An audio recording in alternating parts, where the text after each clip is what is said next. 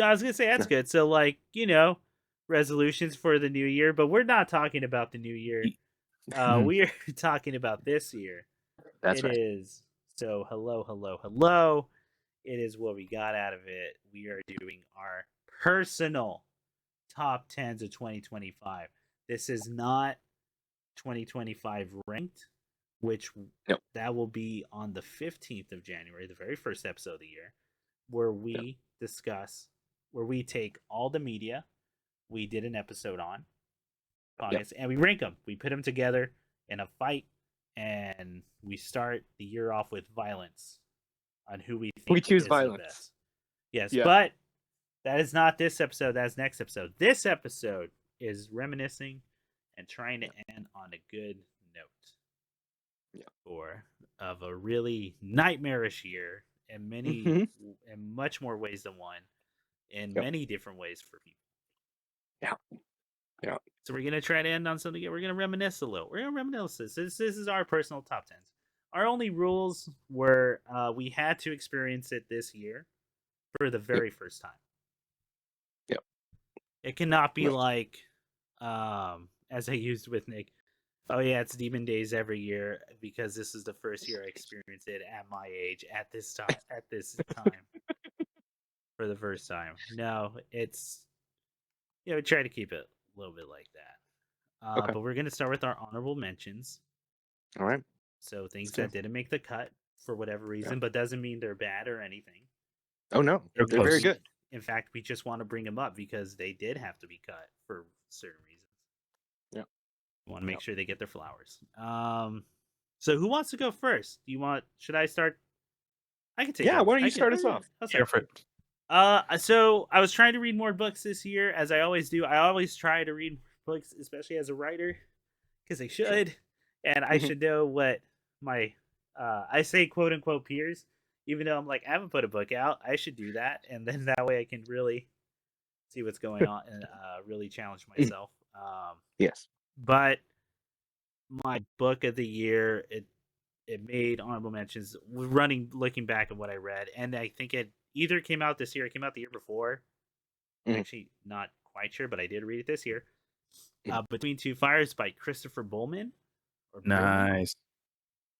I've heard good great things. medieval horror fantasy, but like the fantasy aspect's more religious, like Ooh. inspired.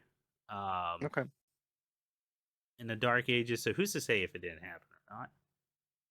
Sure.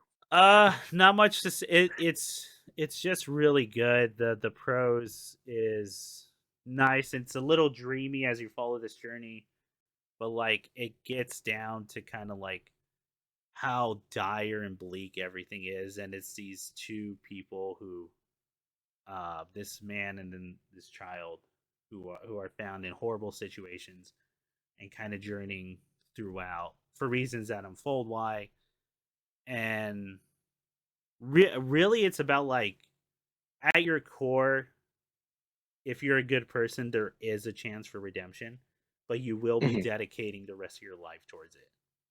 Like it's a weird religious, like kind of like atonement for certain aspects. Right. Not because you necessarily wanted to do them, but you did do them, Right. and so you still have to make up for that. And that, without getting too much into details, but it was something that resonated, especially as I like try to leave Mhm. kind of a better life. I'm always trying to do what I think is quote unquote the moral right thing for things I did as a stupid teenager or a child. Sure. Try to learn those Sure. lessons. Great book, great, perfectly written. Yeah, not too scary. There's a cool angel fight in there if that's what you need. Oh. Okay. But Okay. yeah, that is my honorable mention. Ian, would you like to go next, or one of them? Sure. All right. I'll bring up the honorable mention. I actually have something to say about. I feel like my other ones are just kind of let's address those. And that is Eddington is my, like, I'm gonna say one of my Eddington. highest. Eddington, the fourth film by the director of Hereditary and Midsommar, Ari Aster. Do we Fourth film. remember I thought this? he directed a bunch more. Yeah. Sorry. Keep No. going. Keep going. Yeah. So it was his fourth film. It's set in his home state of New Mexico during COVID. Yeah. Um, and it's really an amazing kind of movie. Mhm.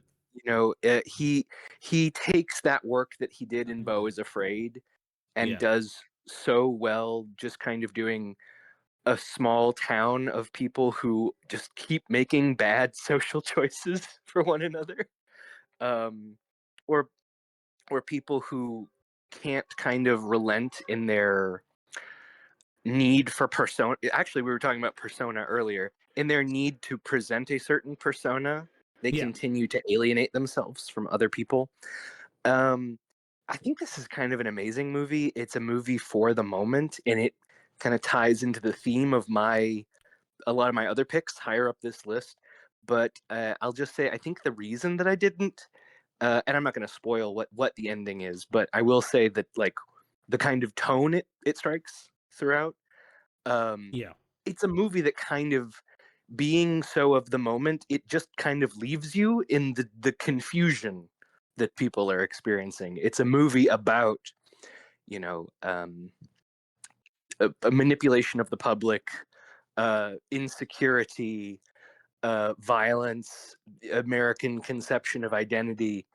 And the movie just kind of is like, yeah, it's pretty bad. Pretty bad. Pretty bad. And then it kind of, I think that I think maybe I'll like it even more when I get more distance from it, because I actually left the movie feeling really like poor. I felt really like, oh man, oh no, Or they're gonna Impoverished. be like, "Oh no, I have no money." No, I left it. Impoverished. I they got everything. No, They took I left the movie. everything. I left and I was just like, oh god, everything's kind of fucked. And this is reflecting the moment of how I'm feeling. Yeah. But oh my god, yeah. So that's my honorable mention. Nick, what your honorable mention, or a Yeah, honorable mention? what's an honorable mention you may have, or That's a dope. honorable Yeah. Going into honorable mentions is the first music album that it could have been higher if not for the fact that um there's a version of it that's better. Yeah. That's right Oh. after this one. Mm. So the honorable mention is going to be the FM arrangement project of Zero Ranger.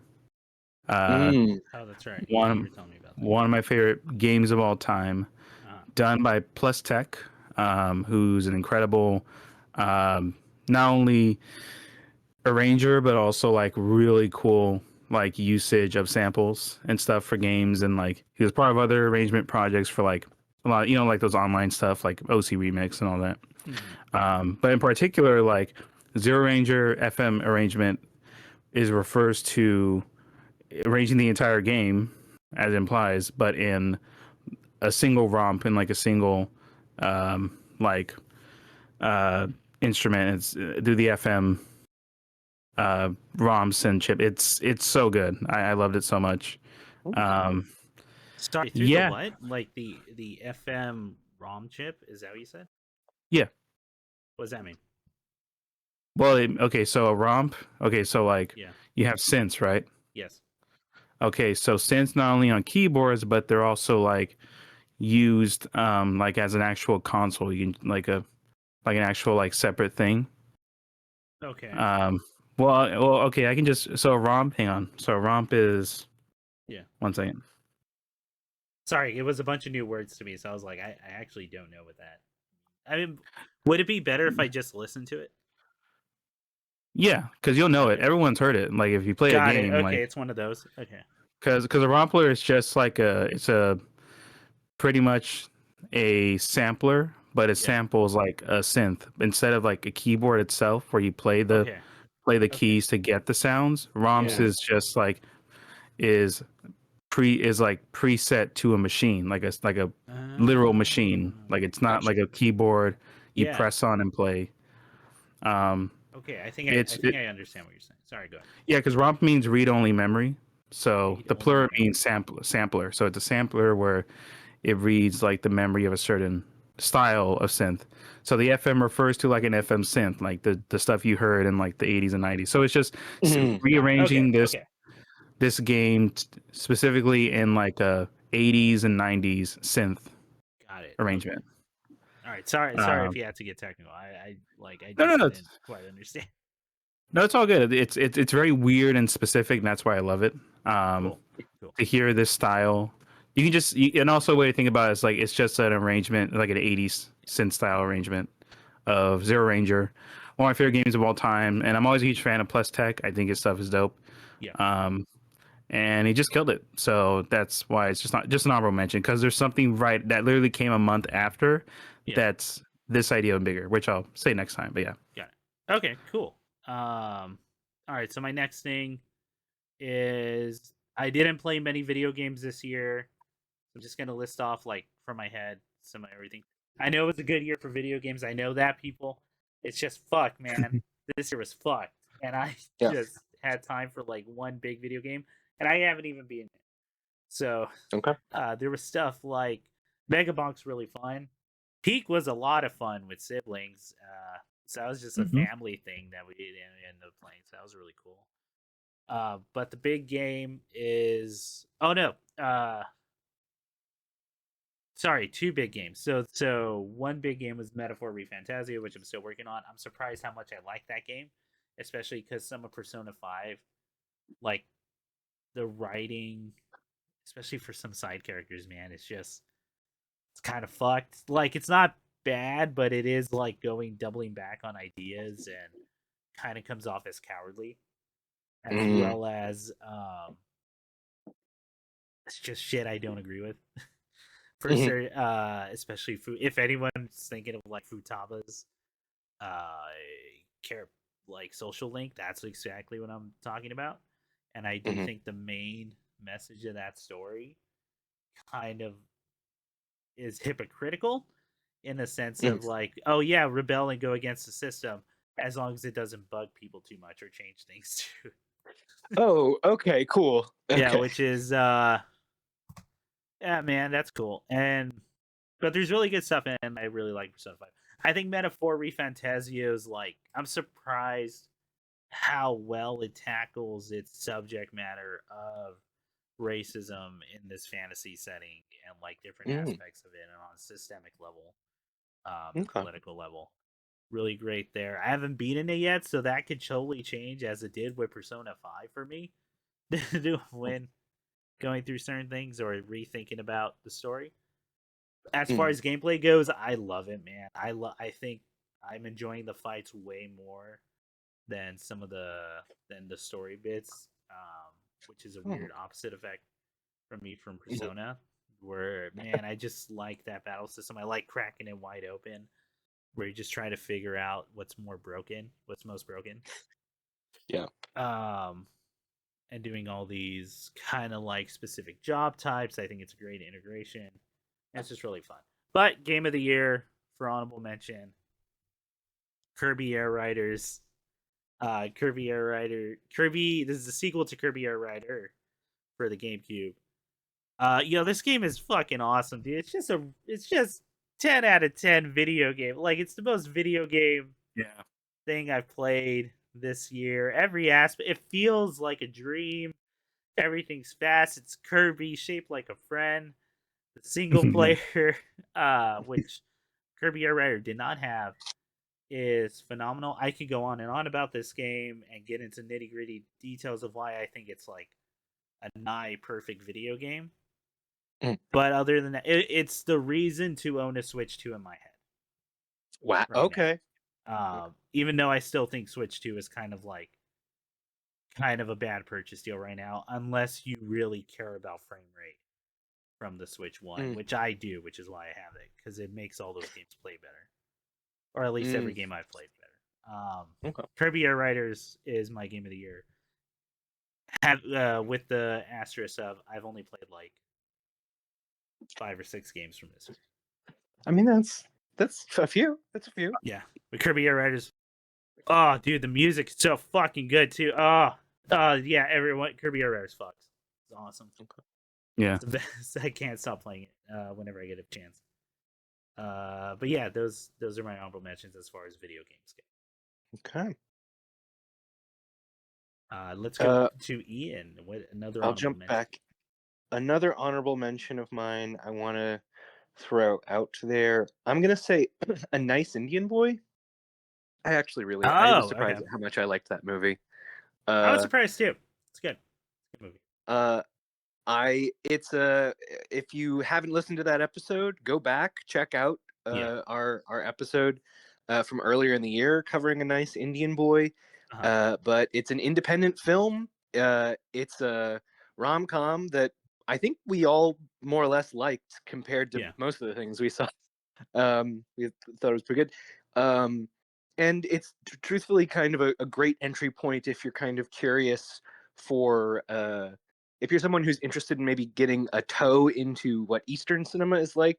You get some introduction to that in this movie. Very light. Very light. But I would still consider this like an American indie style. Oh, super! Movie. Yes, it is a classic American indie meaning style. Independent. Sorry, but it's it's a cute movie. It made me laugh, and I still remember it from all this time fondly.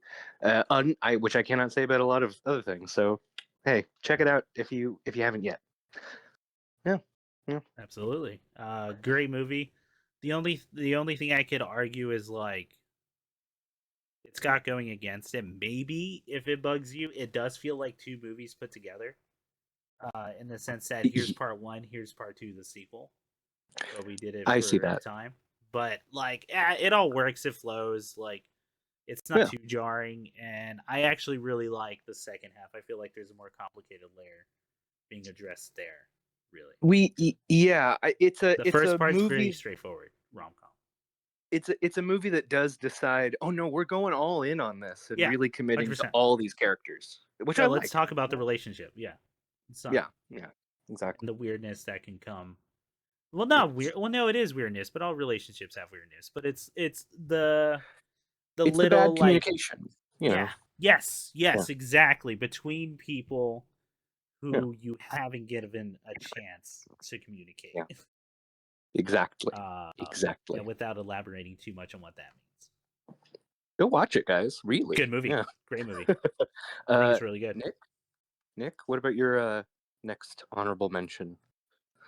Okay, so going off of what was mentioned of Plus Tech, the composer, contributing to a bigger idea, the arrangement out of Zero Ranger is pretty much a setup to a bigger album of Zero Ranger, the arranged album, Green Arrange. Okay. It is a 4-disc. You're looking at 48 tracks album with just tens of composers all over gaming generations contributing to it. It's kind of insane. And they're all and each track is like they're doing their version of a track from Zero Ranger. And you have people ranging from like Lena Raine, who composed for Celeste and cool. stuff. Kenichi Arakawa here, composer for a lot of beat 'em ups and a lot of like arcade stuff, along with legend Yasuhisa Watanabe, who does the final track, The Earth Has Returned, who's most known for his composing for games like Dotapon and also Ikaruga. So you have like just ranges and ranges of composers. Phenomenal. Like even from like The Jump with R-Man and Kanachi doing like an anime opening style of Colors of the Sky. And then it's one of those albums where like there's so much to go through, and like if it's one of those albums like I kind of always love comes out every few years, where it's just like a bunch of people I know and don't know and just want to like explore and like check out. And it just happens to be an arrangement of like one of my favorite games of all time. So yeah, absolutely loved it. An honorable mention. That's how crazy the top 10 is. Like, this is just an honorable mention, Cool. but totally recommend. Right on. Okay. All right. I'm gonna listen to that. That sounds good. Yeah, I'll Yeah, have to man. finally beat the game. Let's do it too. I also got to play Void Stranger, which I do own, and I just got to find time. Okay, so next honorable mention. This was one of my favorite movies of the year, and I was astonished how much I liked it. Like, especially the more I thought about it, was Superman by James Gunn. Oh, very nice. It's Yeah. probably my favorite superhero movie in years, if not maybe a decade. I'm not quite sure. I would have to double check stuff. Okay. I like the only complaint I had with this movie is that the emotional bits that I like in this film are so fucking good and poignant that I wish you could just sit with them a little bit longer. And that's always been a thing with James Gunn's style, and like I do agree with that critique. But like, man, this movie hits. I mentioned the thing with Between Two Fires where it's like you try for your life kind of as a weird atonement for mistakes you made in the past, and you feel like you got to go above and beyond in order to actually fulfill atonement because you don't think it's one to one. This, and then so essentially what you're doing is you're always trying your best. And Superman is that for me, where you're just fuck, man. It's a fucked world, and you really are trying to do it, and that's pretty punk rock. And I like that they just say it all outright.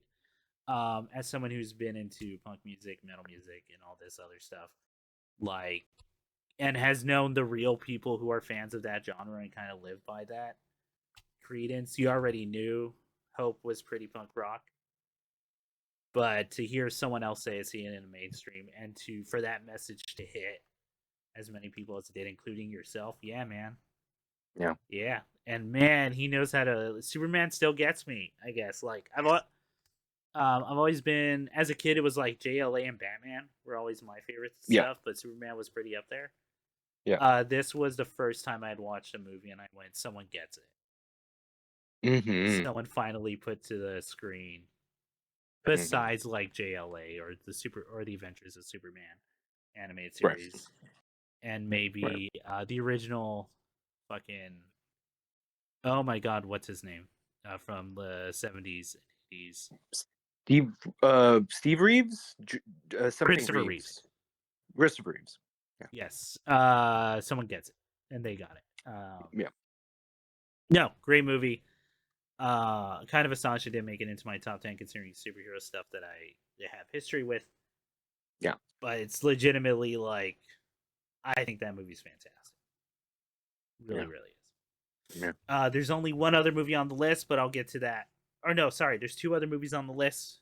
One of which I think people are going to be a little PO'd that I get that it's not in my top 10. But what I might. Fuck it. Let's just go on to Ian. Ian, what's your next one? Okay. I've got one to vine swing off of your last one, and then I only have one other one. So it's this one and then one more honorable mention, and I'm ready to get in. I got a bunch more, so I might just clump in the music ones together. But yeah, sorry, go ahead. I'm gonna put on for my honorable mention Peacemaker. I finally caught up. Oh, it's good. Yeah, I finished season 2 just recently. And I have to say, like, season 2 kind of kicks ass. It's really, really good. It's really good.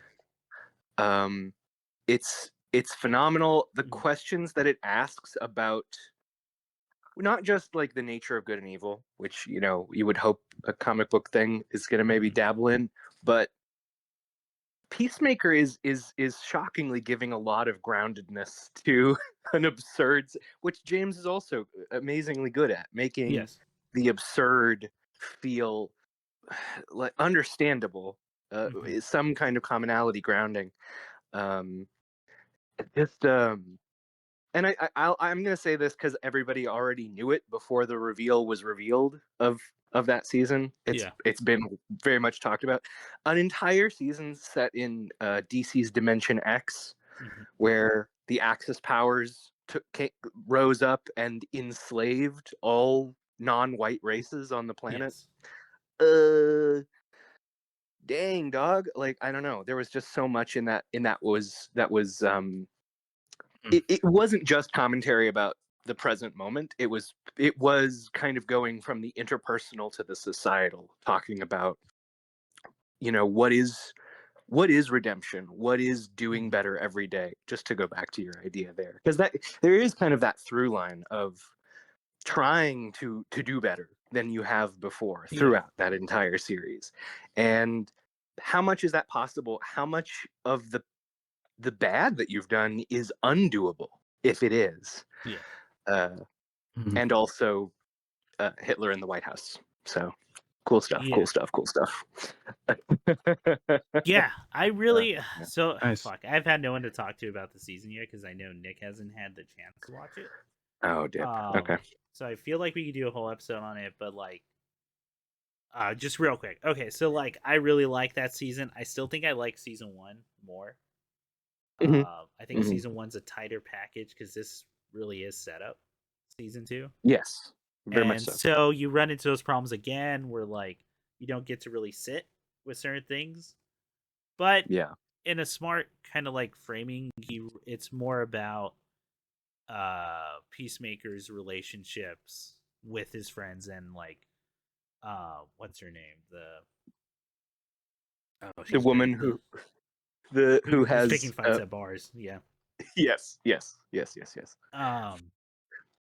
And their relationship. God, I wish I remember a lot of the actors' names because I feel like I'm just fucking them up in my head. Her performance, you have so much to look forward to, Nick. Her performance, she gives many good ones, but she has a monologue at the end of season 2 that just fucking kills. It's so good. No, that's not who I'm talking about. I'm talking about the blonde one, right? Or does she have a monologue? Yeah, the blonde woman. Okay. Oh, no, you're right. You're right. It's really good. I will say the highlight, and I want to make sure I get this actor's name right for me and for the audience. The best monologue and delivery there. I shouldn't have gone on Wikipedia. Let's do this now as I find, because I'm in it. Danielle Brooks, who she gives such a heartfelt. She gives 2 amazing monologues of like a really good like breakup scene. And by good, I mean, man, that's some real shit. About like what makes 2 people happy, and it's not being together, even though they love each other. There's a line in there that I resonate with a little too much. That I won't get into too many spoilers here. Okay. But that one, and then also the one where she's giving Peacemaker about friendship. And how like you affect people's lives through that, right? Is genuinely like heart, like just makes your heart go. Like it's rending. Like it's hard. But also like, man, that's love right there, Yeah.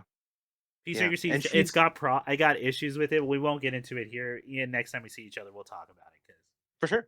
I feel like there's a lot to critique and also to praise in that season. Yes, I agree. Okay, but that's me. Oh, sorry. That should be Nick then. Did you? Oh, yeah, I'll go next. So this will be the last. So it's second to last, but this is the last album I'll be doing, and this one I had to think really hard about, and I feel kind of it got close. It got really close, but my last music honorable mention is the album "Anyway" by Anamanaguchi. Okay, yeah. Because this one grew on me very quickly. The more I listened to it. And at first, I thought it was pretty good. I think Anamanaguchi going to a style that wasn't the usual chip tune, hyper pop, pop punks arrangements that they're most known for. And especially going after USA and like all these highlights, like Capsule, all these highlights that they done. to come back, to do a emo punk with chiptune added to it, in the American Football House, literally, in performance, and on the album cover. First couple listens I thought was pretty good. There's definitely some highlights even listening. Like for me, the last half of the album I like more than the first half for sure. Yeah, I agree with that. But yeah, I think the more I listened to it, the more like the months went by, listened to it over and over again. It just really grew on me. Yeah. So it got really close to the top 10, but top 10 is just so filled with bangers that Anamanaguchi is like a 9 out of 10. 10s are literally 10s for me. So it's tough. It's really tough. I would say more with you, but maybe there's a reason I'll talk more about it later. Is it the singing or? No, I just talking about the album in general. Don't worry about it. Maybe we'll get to it. Okay. It's trash. No, it's trash. No, for sure. Okay. Can I say my favorite song? Oh, sure. Sorry. Yeah. No, I don't know like how strapped for time, but No. Go for it. I would say because like in terms of like the highlights I mentioned, it would be Valley of Silence. I am with you, Chris. My favorite song. Good. It's clean, very clean. It is clean.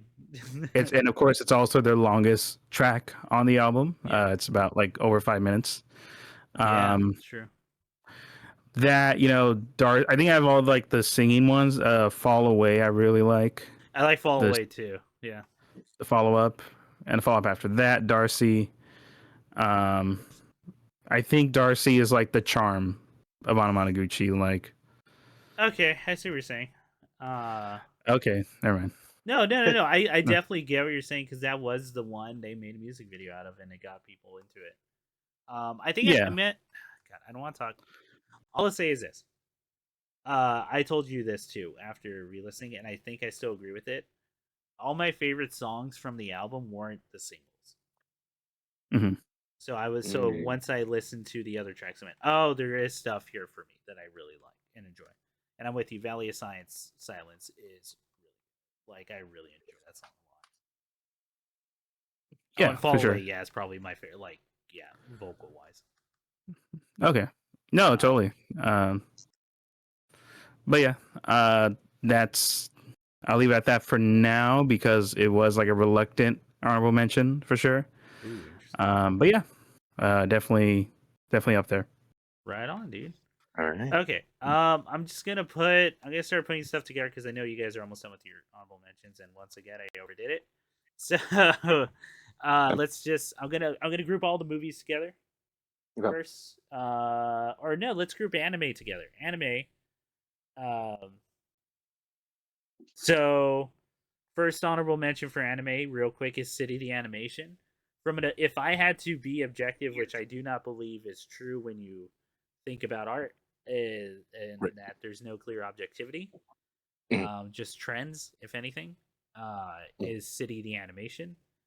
Objectively, probably the best looking thing on this list, next to maybe some movies, I would argue. But City the Animation is the follow up to Azumangadayo, right? Or it's the author. It was the author's like next thing after. Nichijou.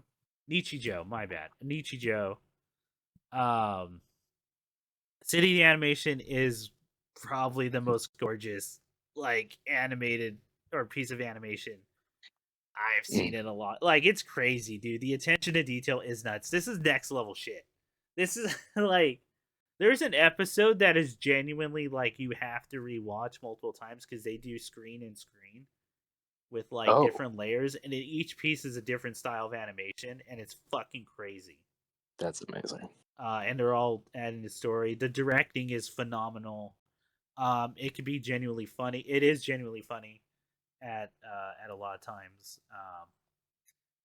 And just good God, dude, it's crazy. It's crazy. This thing's crazy. Like, I would just tell you, if you're into animation, man, just go watch it. Like, fucking gorgeous.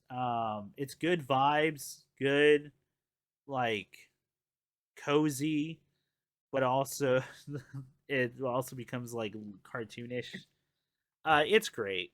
It's great. It's really fantastic. But I listen, listen. I'm a character, and we know what kind of thing I would like for animation. So Dan to Dan season 2 is my anime of the year. And, okay. We all know I really like Science Saru, and this anime fucks, dude. This anime fucking is like it. This is probably, I mean, not to say it's not gorgeous, because it is gorgeous in animation, and it's for a season 2 of anime, it keeps it up. Like, it doesn't fall back. It's kind of crazy how each episode has its own set piece, while still doing great directed episodes of just the two main characters' love relationship happening. It's cute, it's adorable, it's believable. It really is. And then and then there's bits where I'm like, I feel like me and the author are just linked on some sort of primal level. Yeah. There was literally a moment we were watching, and they're in this like music classroom, and without saying more than this, I went, "Oh, they should fight the paintings, or they should fight the composers in those paintings." And lo and behold, was I surprised what the rest of the episode was, and probably my favorite action sequence of the year. Only to be like second followed up by it's X Japan, right? Who came out of retirement just to do a song. Yes. For this, and it's animated, and oh my god, dude, it's awesome. Like, it's sick. It's like insane. Not only go ahead. I say I love it. Sorry, I didn't want to stop you. Yeah, it's metal, man. It's like I always say Science Saru is like the most punk rock feeling out of the animation studios I've been watching. But this is this kind of this, and Inuo really cements that. Dan Dan's phenomenal. I know people aren't into too much of the raunchy jokes. I'm into it. I think I think they're funny when they happen. But I think it's a really loving show as well, about like found family and everything. That's it for anime, and so the only thing I'll do next are like movies and then music, and then I'm caught up with honorable mentions. So Ian, do you have any more honorable mentions? I do, but it's gonna be the fight one, I think. Okay. And then Nick, you have one more after this as well? Oh, okay. I have one that's a setup and then a punchline. So I'll do Chris where I combine two. So you go first. Yeah. Okay. Okay. I'll just shoot him out there then. My last honorable mention before my top list this year is going to be to Frankenstein. It's really good. It's very, really good. Oh, yeah. Yeah. But it's fucked up. Yeah. It's fucked up. All right. Okay. Oh, hey man, 2025 ranked is gonna be crazy this year. Yeah. It's gonna be crazy next year. I didn't think. I thought we were gonna be on a consensus, but now I'm like, oh, Chris was so ready to give me shit. I love this. Oh my god, man, I'm so like, go for it. I'm gonna draw blood. Yeah, go, Ian, go. Speak the truth. What's up? You know, I'm gonna pick the phrase Chris just used, which is, I do think that he's of a pool, and I think I said it something like it when we talked about it on the episode. There's shots in this that just feel like images in my brain already, like not that he's referencing something, but like the similar pool of reference and reading that we're pulling out of is so similar. I think it is like a culmination for him in so many ways, like we said. But does that make it the best Guillermo? And we talked a little bit about this. I don't know that it makes it the best film of Guillermo del Toro's filmography. It's the most Guillermo del Toro film of Guillermo del Toro's filmography thus far, and that is true. It's a very competent understanding of the source material despite changing stuff. Competent, he says. That's the word he chooses. Competent. It's a Wait, if you all want to hear our detailed thoughts on it, go listen to that episode. Fair enough. But yeah, right now is not, I guess, the place to. But it's very good. But I do have other movies that I think affected me harder, that were more impactful, and we've talked about those. And again, it's the subjectivity of the moment. But Okay. right now, looking at his body of work, it's the movie that I think he's earned to make, and I'm proud of him, and it's very good. But it's not evoking in me necessarily the strong feelings that I had with when I saw Shape of Water in a movie theater, or when I saw Pan's Labyrinth the first time. So, man, we can. Yeah. I'm trying because I feel like that could be the rest of the episode. Is me talking to you about. All right. I guess we do have to save that for when we rank 2025. Oh yeah. I'll get it out real quick. I think it's better than Shape of Water, but wow. Okay. Yeah, it is. What? Fucking all right. Well, that's not for here. Not that's not for here. Okay. Say, because I thought I was gonna have a hot take, but man, Frankenstein, damn. Yeah. Well, that's my last honorable mention, guys. And that's your truth, though. Yeah, That's your truth, man. I guess. Wait, I just realized what I put at 10, and now I realize there's going to be a second part of this argument. That's fine. That's yeah. That's fine. I'm ready. If him's your 10, yo, I thought I knew you. Oh my god, dude. Fucking. Oh, Jesus. All right, Nick, what's your honorable mention? All right, well, to follow that energy up, sure. Yeah, sure. With a quick, my last honorable mention. You guys, no, sorry, not for here. The next episode. This is supposed to be about peace. So, second to last honorable mention with a single sentence, is the last game honorable mention, To a T, from the creator of Katamari Damacy. Cool. Yeah. Published by Annapurna. Yeah. And this. Oh yeah, I love it. I love this so much. I think To a T is him and his team like figuring out how to do this new engine. Started with Tom, and then going into all the other smaller experiments, but a full game, to me, it's 5 or 6 hours of some of the most like heartfelt charm you're probably gonna get this year from a game. Like top to bottom, To a T is a heartfelt game, slice of life about a little student you play as, a little Japanese kid. Yeah.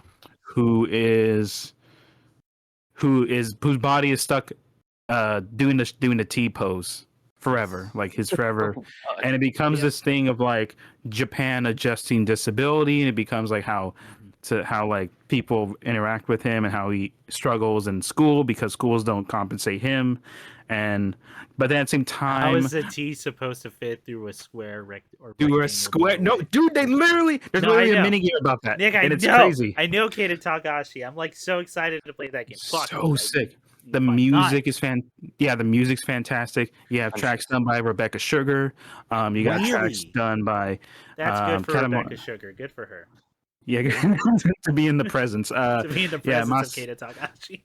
Masayama from Katamari Damacy, the OG, coming back. Like you have all these people from Konami and Namco coming back for him. And at the same time, you have like what I call the comedic choir. It's a bunch of choir kids from the school coming around singing like the events, or like they sing they treat it like an episode every time you boot up the game. So like last time, and then they sing in a choir about like you're a T now, and how like you missed the bus, and like depending on your actions, like they go into like different types of music. It's so cool. And like again, the message where literally the main song is "You Are the Perfect Shape," and it's saying like don't be sad, like no matter what you are the perfect shape. Like that's the choir. That's nice. To these kids, it's so charming. Sorry, that's a long sentence. But to Okay. follow that up, Yeah. because To a T is a 9 out of 10. Okay. What knocked it down is the games themselves. They get pretty buggy. It's a buggy game, unfortunately. That sucks. Um, Okay. So you feel the rush, unfortunately. So another 9 out of 10, which we said in this channel, a reluctant 9 out of 10. My biggest reluctant honorable mention that couldn't push to the top 10 is Sinners. Oh, Sinners Oh, is wow. my honorable mention that couldn't make it in the top 10. Okay, so yeah, I'm with you there. Okay. Still a reluctant 9 out of 10 for me. Yes, it's not perfect, but it's got that right. Like it's just, I mean, we talked about in our big movie review of it. Sorry, go ahead. I'm sure I know what you're gonna say, but go. It's a 9 out of 10 because it didn't take the risk to be a 10 out of 10. Because like Good way to put that. Yeah. You feel it. Like you feel that it just needs one more step in a unique direction. It needs to one more push it pastor, just I to think, to like one more moment for sure to like push it to something really special. Yeah. Because everything about Sinners thematically I love, everything about the music, everything about the layering of the themes, everything the way they incorporate the bluesman's journey, everything with the actors are great. There are, unfortunately, as we said, like the weakest part of this movie is the horror. It's not scary. It's actually kind of cheesy. Yeah, which wouldn't be a problem if it was just if they just pushed a little harder, right? Like on certain aspects. There's all these little, for me it's like death by 1,000 cuts. There's all these little choices Absolutely. that they make that I go, it could have been better. Like that could have been a better like scene. I mean, we talk about the ending, the climactic, like the end, the where he's in the water, like literally being baptized, and how that could have been like a 11 on 10 scene if you just change certain aspects, right? Yeah. It's so close to being this 11 on 10, but because it's not an 11 on 10, it goes to 9 out of 10. It's so much like it could have been. It's so much our shit that we like become a little bit harsher critic to it, right? Like because It stands out more, yeah. Yeah, that the little warts stand out a little bit. Fuck yeah. I said, I mean, it's in that video, it's in that podcast episode. It's the toughest 9 or 9.5 I've ever given to him. We were fighting, yeah. We were like, it was tough, yeah. Because I really wanted to just say it's perfect, but it's not. It's got issues, but that ending's good, man. When he kills those Klansmen, ooh, it fucking feels good. But like, oh yeah, man, yeah. No, I feel you. I really do. Like, ooh, I wanted it to be my favorite movie of the year. Yeah. Okay, so my choice isn't the craziest here tonight. I was worried mine was gonna be crazy. I thought mine was that was gonna be mine. That's like crazy, right? Yeah, fuck. Sorry, did you have anything else to say about? No, that's pretty much it. So yeah, that's the end of my honorable mention. Where I put Sinners at pretty darn close. Okay, so no one has. Okay, so no one has any more honorable mentions. Then I'll blast you mine real quick. I'm good. Cool. All right. Sorry about this. Then what I'm gonna do is I'm gonna group the movies since we talked about Sinners. That was like the thing that just there's this, and then one more thing that just didn't make the top 10 for me. So the other movie that didn't make it was Weapons. And I really liked Weapons. I think this is Zach Krieger's best movie, even better than Miss March, which shall we not ever forget. What? Yeah. I'll keep bringing it up, man. No, but I also liked it a lot more than Barbarian. I think this is way better than Barbarian, even though I liked Barbarian quite a bit. I think Weapons is fantastic. I think the writing feels like more polished and owned, but also still has that bits of like, yeah, he wrote Whitest Kids You Know. Like you fucking feel some of that dialogue. Great performances from everyone. The horror is so good, especially if you've liked, and just that thing of like, yeah, adults at any point, children can just be like fucked over by Mhm. a group of adults, even the ones that are trying hard, man. Like to control it. Yeah. Everyone's storyline in that is great. Mhm. There's great shots of horror of just like there's I think of the woman coming out of the house. The I house. guess it's the Halloween reference, but also like just going into the car and cutting the hair is great. You following the little steps of the ritual, and then the kid being essentially the kid from JoJo Part 4, Yeah. yeah, figuring out the villain's like plan and everything. All leading up to that amazing, amazing ending sequence of just a running that borderlines comp that is right on that razor thin edge of comedy and horror. That it could go to either side at any moment, but it just does it. It rides that perfect line, and it's so fucking good. Yeah. Yeah. Just didn't quite make it, but I loved Weapons. Like I really did. Yeah. Okay, so then the toughest thing is that we had this like blitz of really fucking great music towards the end of the year. Mhm. And there's even stuff that I'm missing. Like I'm not caught up in all the death metal stuff that came out or the hardcore stuff, even though I liked Drain's album that came out this year. Yeah. So I'm gonna go real quick to the albums that didn't make it into my top 10 with Psycho Warrior MG Ultra X by Machine Girl. Mm-hmm. Has some fat ass bass lines, but it's also really good. It's also chaotic. I think I like it more than MG Ultra. Like, Mm. I think this feels like the natural progression of new metal, and I won't explain too much more than that. I understand. Conflict DLC by Health, which I really love. Mm-hmm. I don't think of any. I can't think of like any problems with that album. I think it's great all throughout. I think it starts off really fucking strong. I think that first two songs, like, what a great kick-ass start to the album. Uh, Stardust by Danny Brown was like I was shocked how much I liked it. I knew I was gonna like it just seeing some of the names on there, but man, all the like stuff with underscores with Femtanol, right down to Mm. Syntony, like the end is this is my favorite Syntony like song I think, and I think it's one of her best with Danny Brown. Mm. For those who don't know, Syntony also what used to be um oh my god, what the fuck? My mind just went blank Really, right now. Suicide or Super Slight, yeah, Jesus Christ. I was about to say I was about to say the full title of the last album, but I was like, that's not her. That's not their name. Sewer Slut. There's really great songs on the album. Go listen to it. What was the other one? Speaking of Syntony's Lamenting Malice. Mm. I've had my like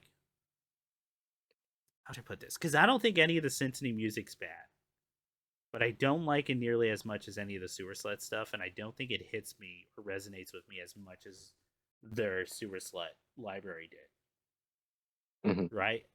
So I was kind of a little bummed about that for Syntony Return.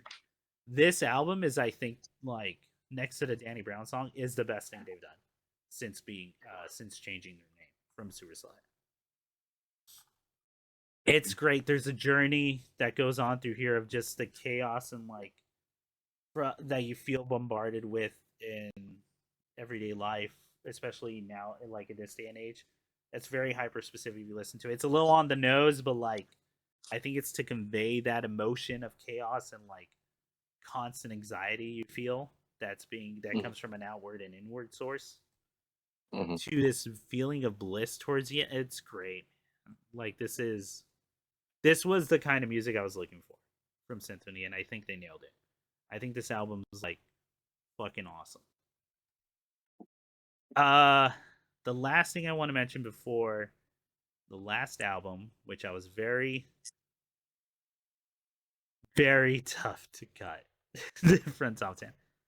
An experience that I didn't put in the top 10 because I feel like it's too big of an experience that I could have talked about, and I think it's just got to stand on its side. Is throughout this year while writing, I was re-listening to a bunch of, or not re-listening, listening to the first time entire discographies from artists. So I won't get into much who I did, the two mentions would be like Pallbearer, which I'm still not technically done with. And well, and then the big one right here that I will mention is Kendrick Lamar. I finally listened to the entire discography. Oh my gosh.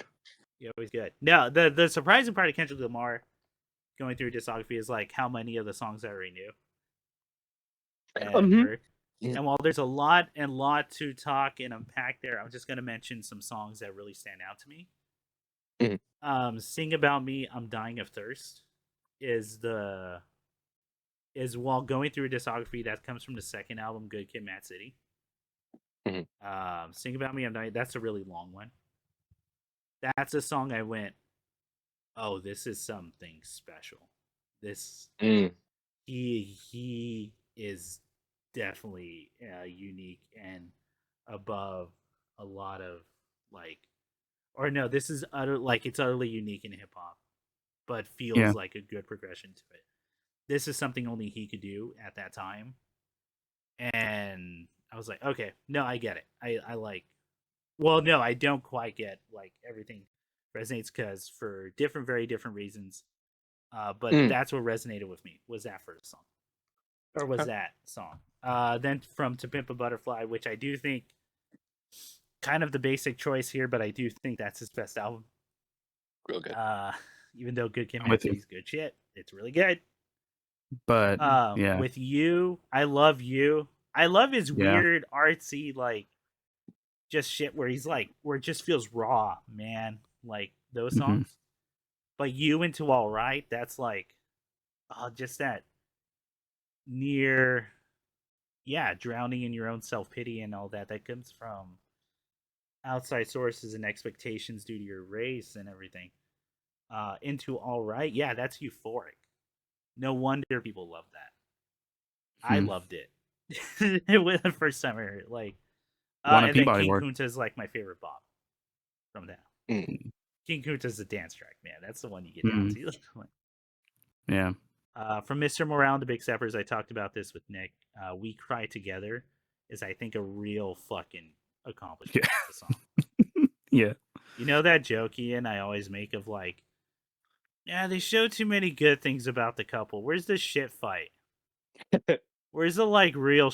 Where's the real like? Oh, we're in a real like speed bump of this relationship. Right. That's what We Cry Together is, and fuck, it's great. It's great. It's on rhythm. Everything flows. That's like the most poetry, I think, of any song I've heard, next to maybe Sing About Me, I'm Dying of Thirst, and You. Fuck, that thing, it's so good. Like from just on pure writing, it's so fucking raw, but also everything flows. I know it's kind of a cheap thing to say, but like poetry, like it really is. It's true, utterly great poetry. We Cry Together is great. There's so many good songs. I mean, like it's Kendrick Lamar. I know I'm coming out here late here, but fuck, it's good. It's good shit. Okay, number one album that didn't make it. Cabin in the Sky by De La Soul. I figured it's gonna be an honorable mention because I think I talked about this next. I will say this again. This is the same as City the Animation in the sense of objectively, this was the best album that came out this year. I think. It's not perfect. There's no problems. There's no issues. It all flows into one. It feels like a party. It feels like a party playlist, ending into a beautiful tribute to their friend who passed, to the member who passed away. Utterly saying like, and it's a remix of an old song you did, but it's to say like, yeah, if he's in that cabin in the sky and doing what he wants, he's probably just goofing around and making music he wants to make while goofing around and being himself. And as a writer who tries to do their own art, I'm like, dude, that's fucking beautiful. That's probably what I would want if Heaven's real and I get to do that. That's probably what I would end up doing, is goofing around and making the stuff I want to make. That sounds nice. But that's not nice. There was only one other album that beat it, and that'll be in the top 10. because it's just so much my jam, and I think it's a return to form to stuff that I particularly love about music. No, come on. But Cabin in the Sky that's primo. Go listen to that. That's probably like from a musical perspective the best album of the year. All right, that's it for my album. Okay. All right, Nice. I'll start off with the top 10 then. Just get this rolling. All right, my number 10 of 2025 was going to see Auntie Donna's Dram live in person. Nice. I saw this with my siblings, Nick, and then my sister. This was a gift to my sister for her birthday, but it was also an excuse for me to go, because it's like the first time they're in the States since I first fell in love with their stuff from Netflix, Auntie Donna's Big Old House of Fun. Yep. I mentioned it. I don't know if I mentioned on the podcast before, but I have told Nick and Ian this. There was a time we were doing like comedy stuff in high school and like some sketch bits, and I feel like if we had actually, had discipline and stuck with it and really committed, we would be doing we would be trying to fill the space, if not filling the space at Auntie Donna's. Conceivably. And seeing Dram live was like, yeah, that's shit me, Nick, and Ian would have come up with, I think, if like there's a sketch. Luckily, they're recording the last episode they did in Australia live, or they're recording it to put out online. Mm-hmm. There's a sketch where they're just playing David Attenborough and what's the other Attenborough, the one from Jurassic Park. Oh, Richard Attenborough. So the bit is one of them's playing David Attenborough and one of them's playing Richard Attenborough. So it's Mark as David, it's Broden as Richard. And they just come out singing a song, like doing a little dance, and they're like, "We're the Attenboroughs," and we're having, and it devolves into one of like an argument over not sharing a Snapple, and it's this most fucking heated, just two egotistical men arguing, and that's the rest of the sketch, is just this bitch fight, like in front of an audience, and then they go into the crowd and bring other people into it. And at one point during the show, Broden someone's recording it on their phone, and Broden goes, "Put the camera on me, put the camera on me," and turns the light on, and he just starts yelling into the phone, "David Attenborough's a cunt, David Attenborough's a cunt," like over and over again. So if anyone knows where that recording is, please tell me if that person put it online, because I want to YouTube that, please.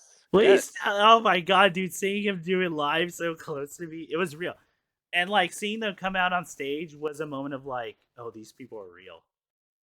Oh, Auntie Donna's a real like real people, real humans. Phenomenal. I'd say anyone gets a chance to go watch them live, please do. It's gonna go by so fast because you're laughing so hard. There's another bit, I don't even want. There's a bit that's essentially what we do, which is they look at a video and they just read the YouTube comments. And I'm not going to spoil what that video is, Ian. Okay. Because when you see it, when that recording ever comes out of it's targeted towards you. Oh shit! Fuck. Oh, okay. All right. It's gonna annihilate. It's great. They're great. They're great live. Go see them. Okay. I loved it. It was one of my favorite things I did this year. Okay. So Ian, what is your number 10? For my number 10, I'm picking a series that concluded this year. Okay. I might have put it higher up, but well, there's lots of reasons why it's 10. But I will just say that this is a series that I've been following for a long time. When it was a DC comic, I was an intensely rabid fan of this.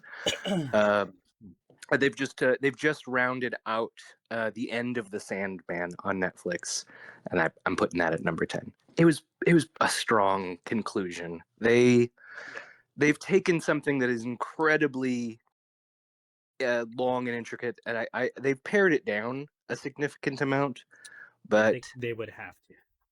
yeah, but I think that they've taken on the thematic major ideas that I was most excited about kind of the root ideas of mythology, the idea of tracing story as primally as you can in the human nature, to examine it in those ways.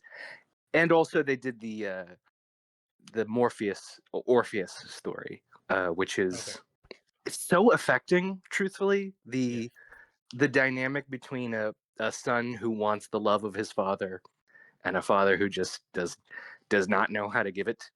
And then the actor that they got to play Time, gosh, I wish I had that actor's name right in front, because it's a star-studded cast.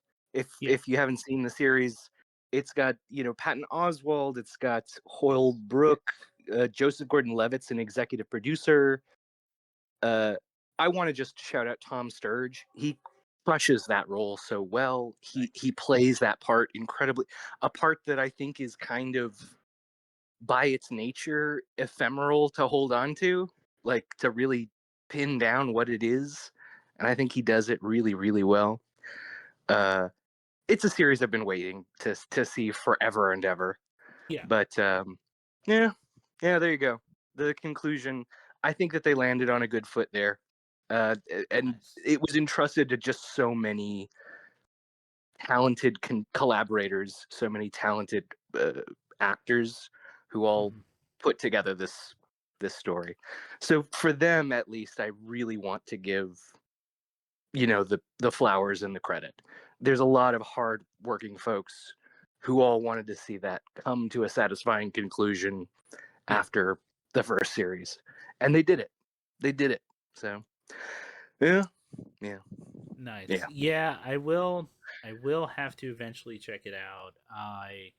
It's been tough ever since, like, well, I say it's been tough ever since the Neil Gaiman stuff's come out, but like it's not nearly as tough as like the people who experience everything. This is true. This is true. But it's one of those things where I can't deny how much I love Sandman and like how much that it will make me want to be a writer. Yeah. So it's a tough thing to juggle for sure, and I do want to like honor. I don't want to be supporting his shitty stuff, like, or the shitty side of his stuff. Yes. But I get it. Sorry, go ahead. No, and I think that was kind of one of the points of what I was thinking about specifically was, I agree. I'm there with you. He was influential in so many ways on the both of us, and it would be you disingenuous to like not talk about that kind of influence, right? So, I mean, yeah, it's from the ground up. It's very early on, and to say that, like, I think we're both still kind of trucking with what it means, because the thing is, the material is standing, and unlike other instances that we've had with authors who become increasingly shitty. Like, I don't have any turnaround on Sandman. It's solid. It's really well done. Like, and I think one of the things people don't talk about too much about Sandman is that it really is like this collaborative effort with so many other artists in there. Yeah. It's not just Neil Gaiman like on it, but it is the one, like, he has. I don't know how much he profits from the series. I don't know all that, so it's a little bit more murky. And I know we can go into the thing of like, well, you're gonna be surprised to find out all your favorite shows or pieces of media. Yeah. Who's the fucking criminals? Right. Profiting all that. And I know there's a big discussion there. But I do just want to make it clear, like, yes, I was a huge fan of Neil Gaiman and everything. And he's one of the most Sandman is one of the most influential pieces of work on my own like artistic endeavors. Yeah. But I do not deny any, like, I believe in those victims, and I want make sure they do. Absolutely. And and so I think that's also an element of it, as well as in that discussion, giving all the other people their due. I'm thinking of even on other projects from last year, like Good Omens, which was truncated, I think reasonably truncated, even though I really enjoyed myself. like Michael Shannon and Dana and David Tennant and all those folks, their contributions, I think, deserve the praise of their hard work.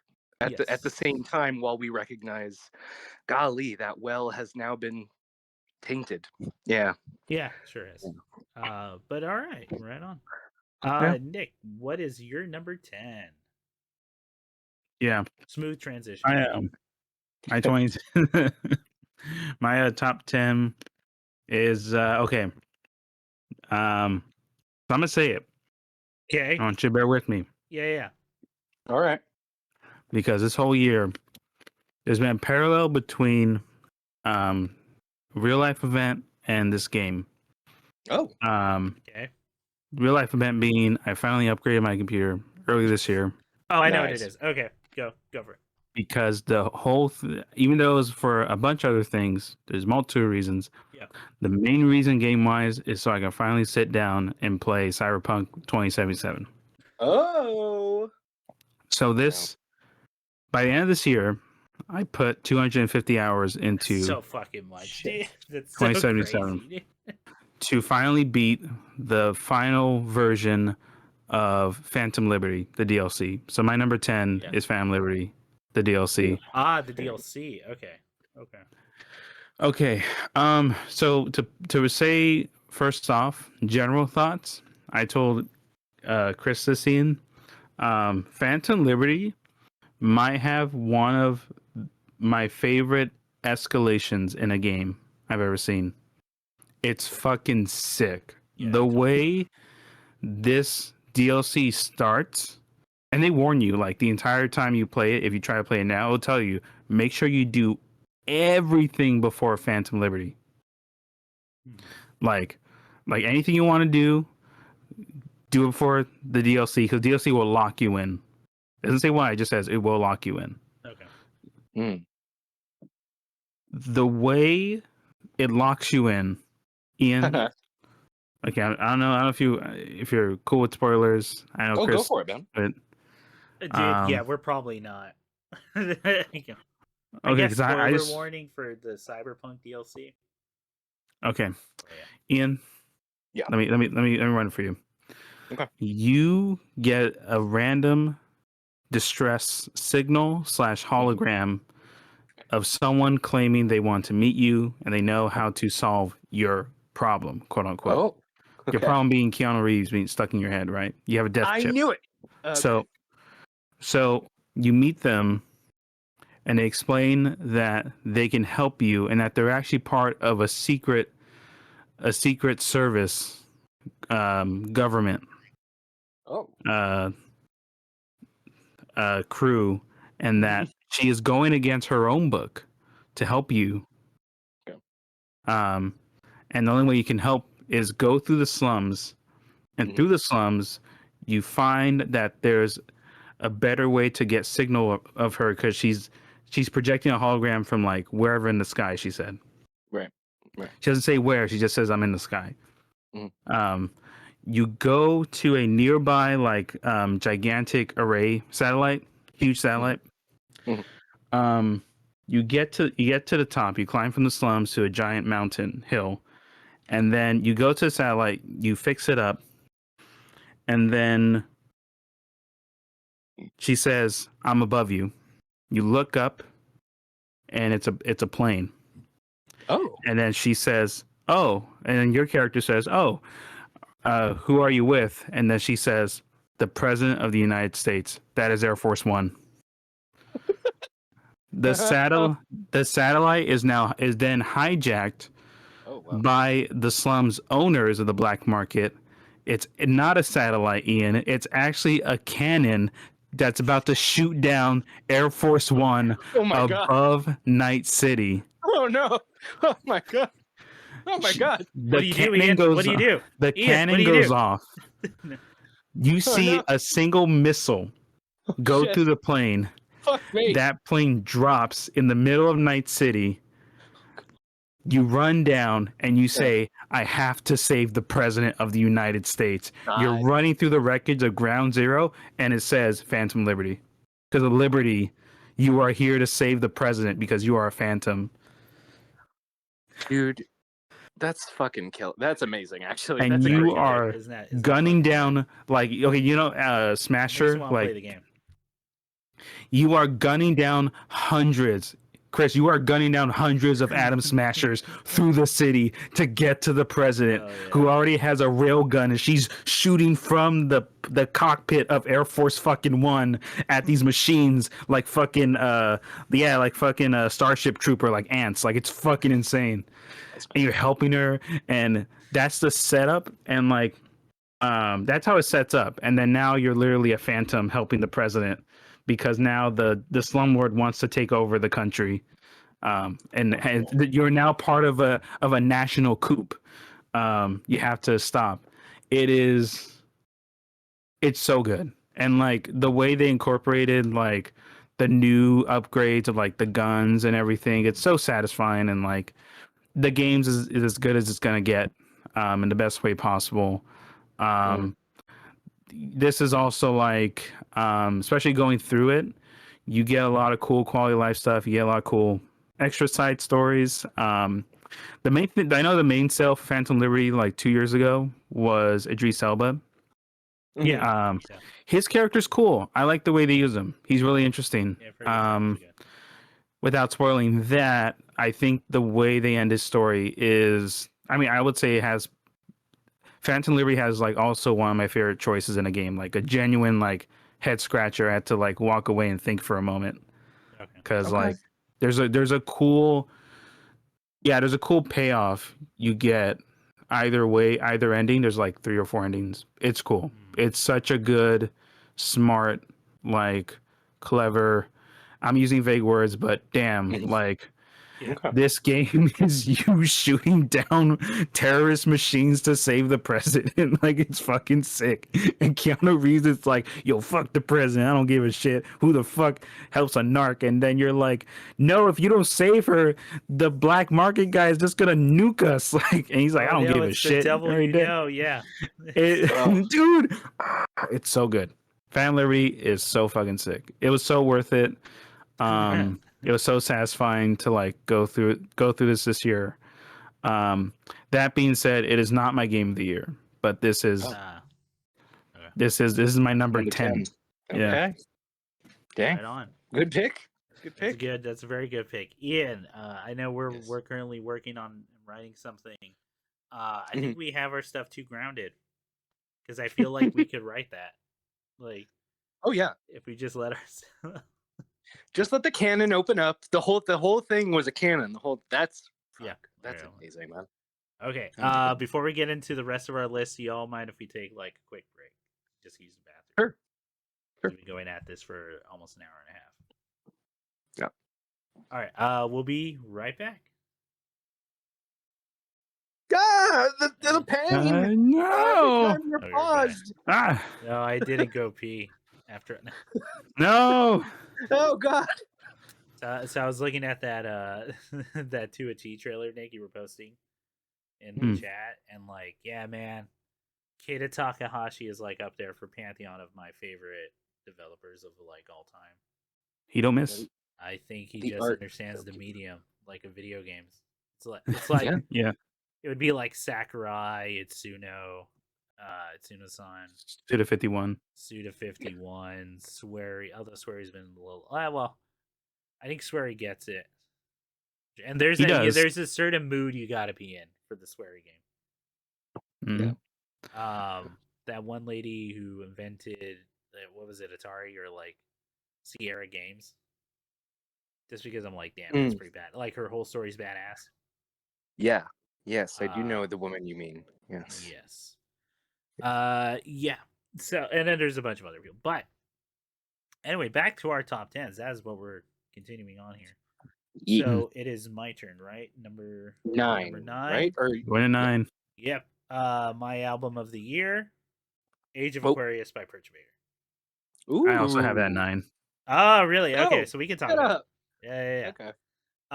Age of Aquarius is Perturbator's latest album. And why does it resonate for me? Like, so I will say this.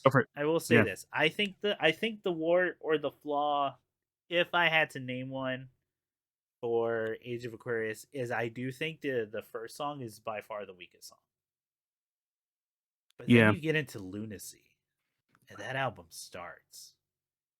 And Yeah. fuck, man, like that ride is so good. This feels like the follow up to Uncanny Valley, which is my favorite Perturbator album.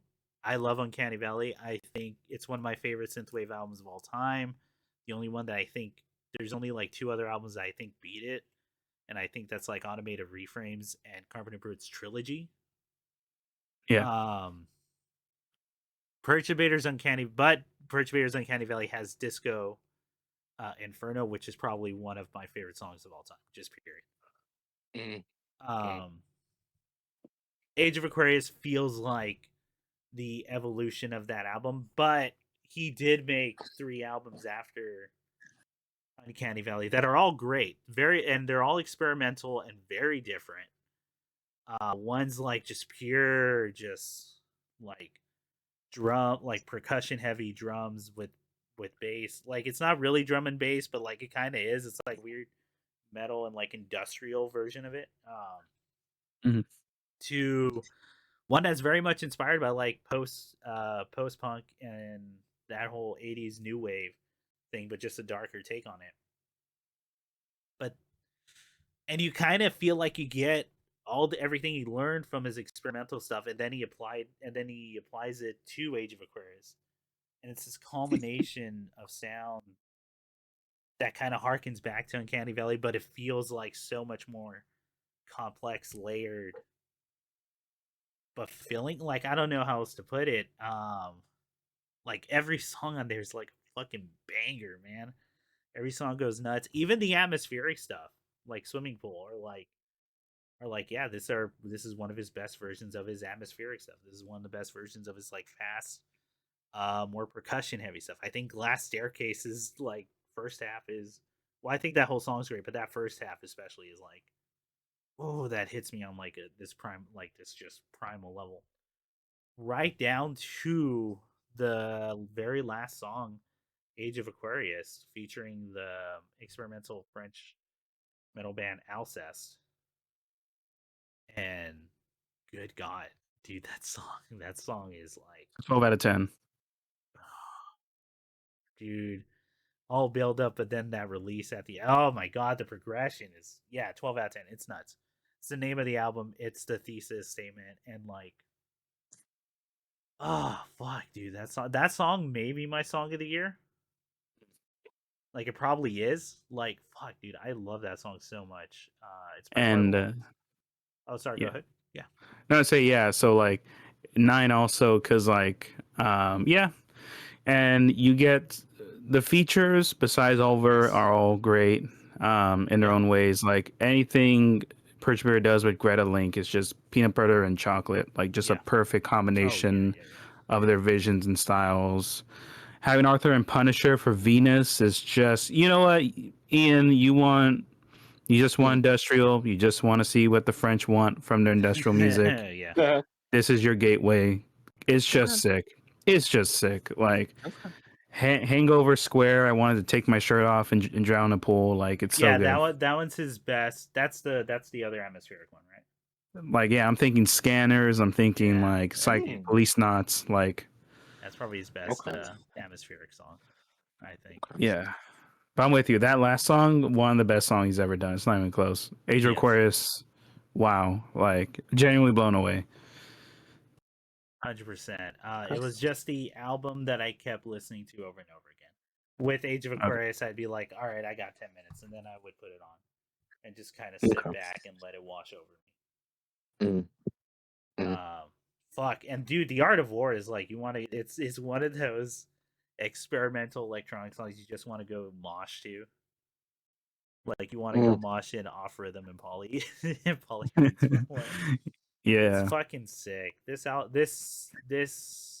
it fucks. I don't want to say return to form because he's always been like experimental, but it like I said, it feels like the progression of all the sounds after Uncanny Valley, like and going back to kind of like what you fell in love with him for.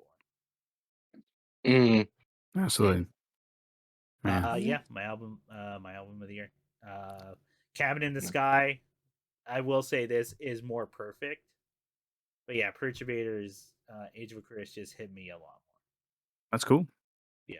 I The only understand. other songs I think got me as emotional or weirdly emotional is probably Health's Ordinary Loss. I know it sounds cheesy, but it gets me.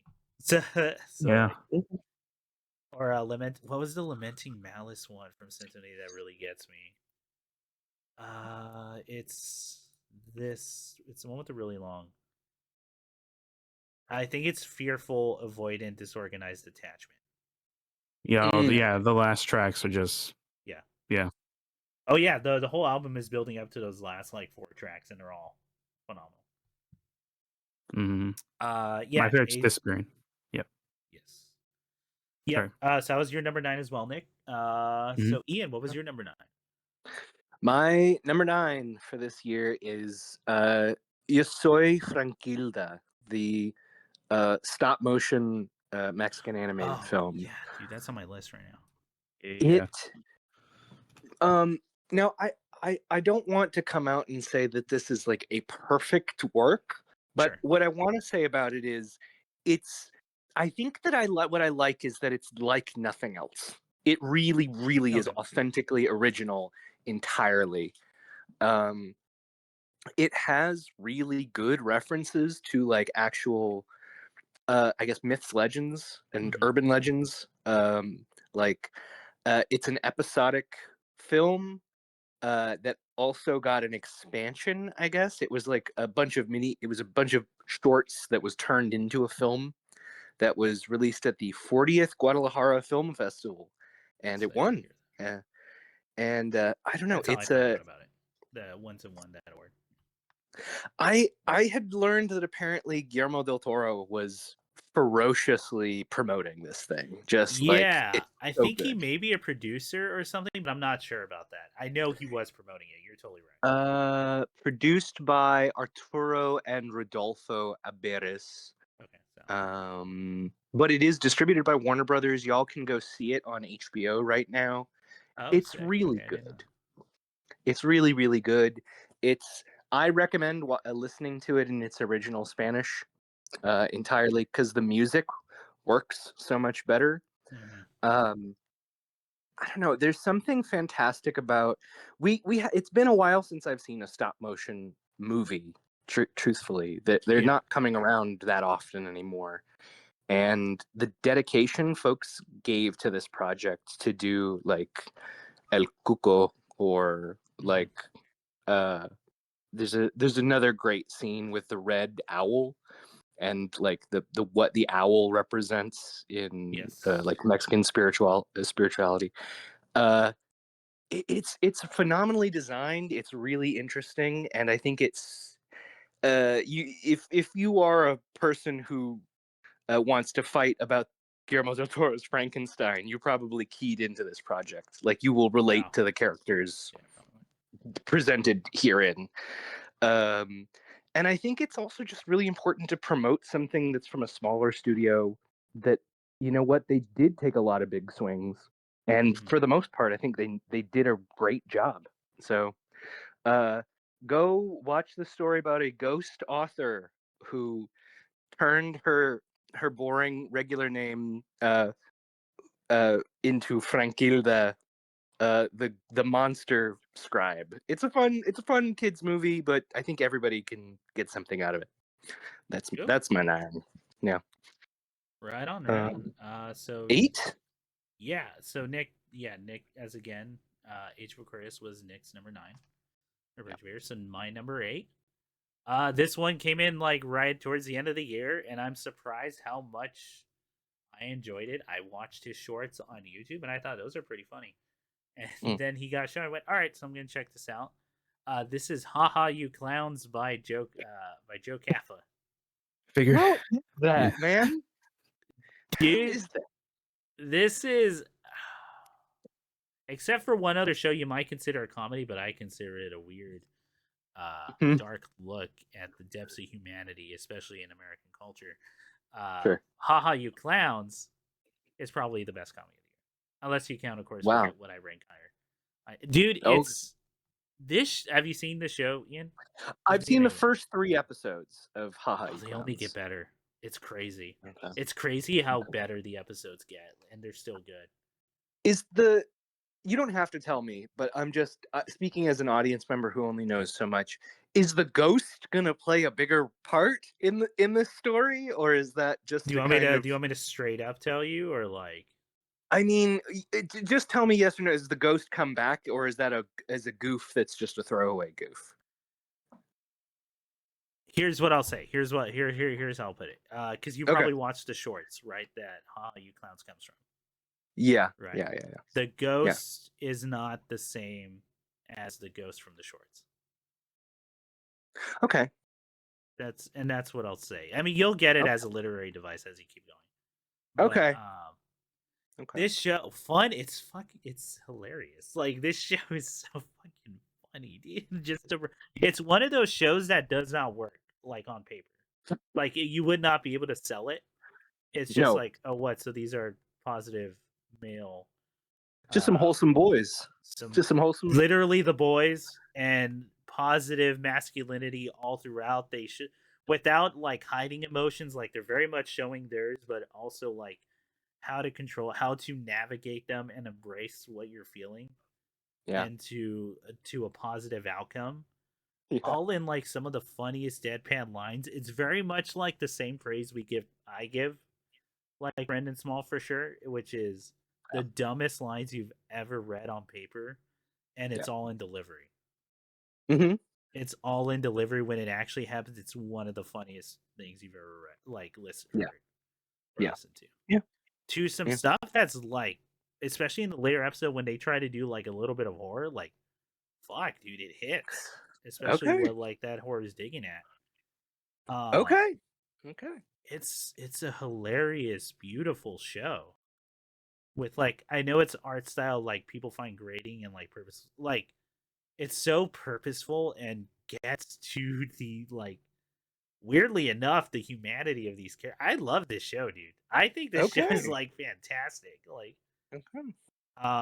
especially because I wasn't quite vibing with Smiling Friends the new season, even though I do think it's good and I think it's funny. Mm-hmm. I Mm-hmm. think it is suffering from the thing of, yeah, you kind of know Smiling Friends now, and Mm-hmm. they're gonna have to change something up or like different thing because Mm-hmm. the animation's still really good and still really fun. But "Ha You Clowns" was the thing that came out of nowhere for me.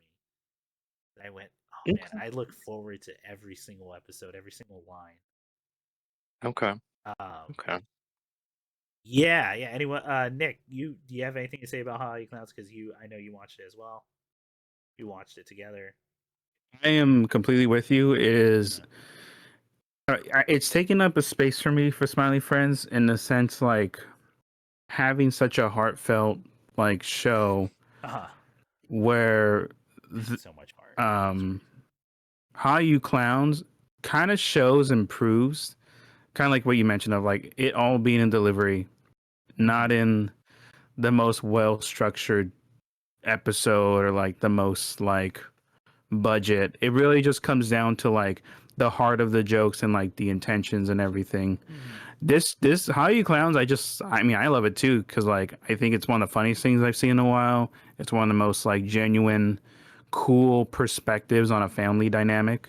Yeah, it really is. Ian, yeah, I would absolutely recommend this. It's so good. It's so fun. It's Brendan Small level of you watch something and go, I'm mad how much that made me laugh because it's such a nothing dumb like thing. You get frustrated, but yeah, I loved it. It's so good. I think I'm I so think one excited. of the best. Oh, sorry. Go ahead.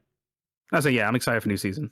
Yes, Ian. I think you're gonna feel the same. One, I think Ian, you're gonna like the show too, as like knowing you and some of the. Yes. I think you're gonna find the same thing we find funny about that show. You're gonna find funny. Okay. Okay. But also, you're gonna have. I mean, It's one like, yeah, you shouldn't feel this way, but you can't help it as someone who also writes stuff, and especially attempts to write comedy. Mhm. I'm talking about me here, which is you become so fucking jealous. Oh yeah. Like you're like, I should have written that. I was too scared. I didn't commit. It's too clean. It's too direct, but it fucking Mm-hmm. works and it's super funny. And I'm laughing and I'm mad that I didn't come up with it. Like, Well, or I think you're gonna have those moments too. okay. Great watch. Highly recommend Haha You Clowns. All right. Haha, you clowns. It would have been my show of the year if not for one more show that comes up on it. Ooh, okay. Okay. So that's my number 8. Ian, what is your number 8? My number 8 this year, I want to say first, didn't expect to, 1, like it, 2, give a shit. Okay. My number 8 is HBO's Welcome to Derry. Real good Welcome time. to Derry. Okay, let me see this. Well, what is he? Tell me about it. Tell me. This is an 8-part miniseries continued by the writing directing team Andy Muschietti and his older sister Barbara Muschietti. It is a prequel to It. This is the It prequel. Okay, yeah, I just saw. Okay. It is set in 1963 in Derry, Maine, and it's basically. Let me just get out of the way. It is doing things that I think we had only previously said about Better Call Saul, in the way that it has avoided. Well, we already know what happens. Yeah. So who cares? Which is a danger in a prequel.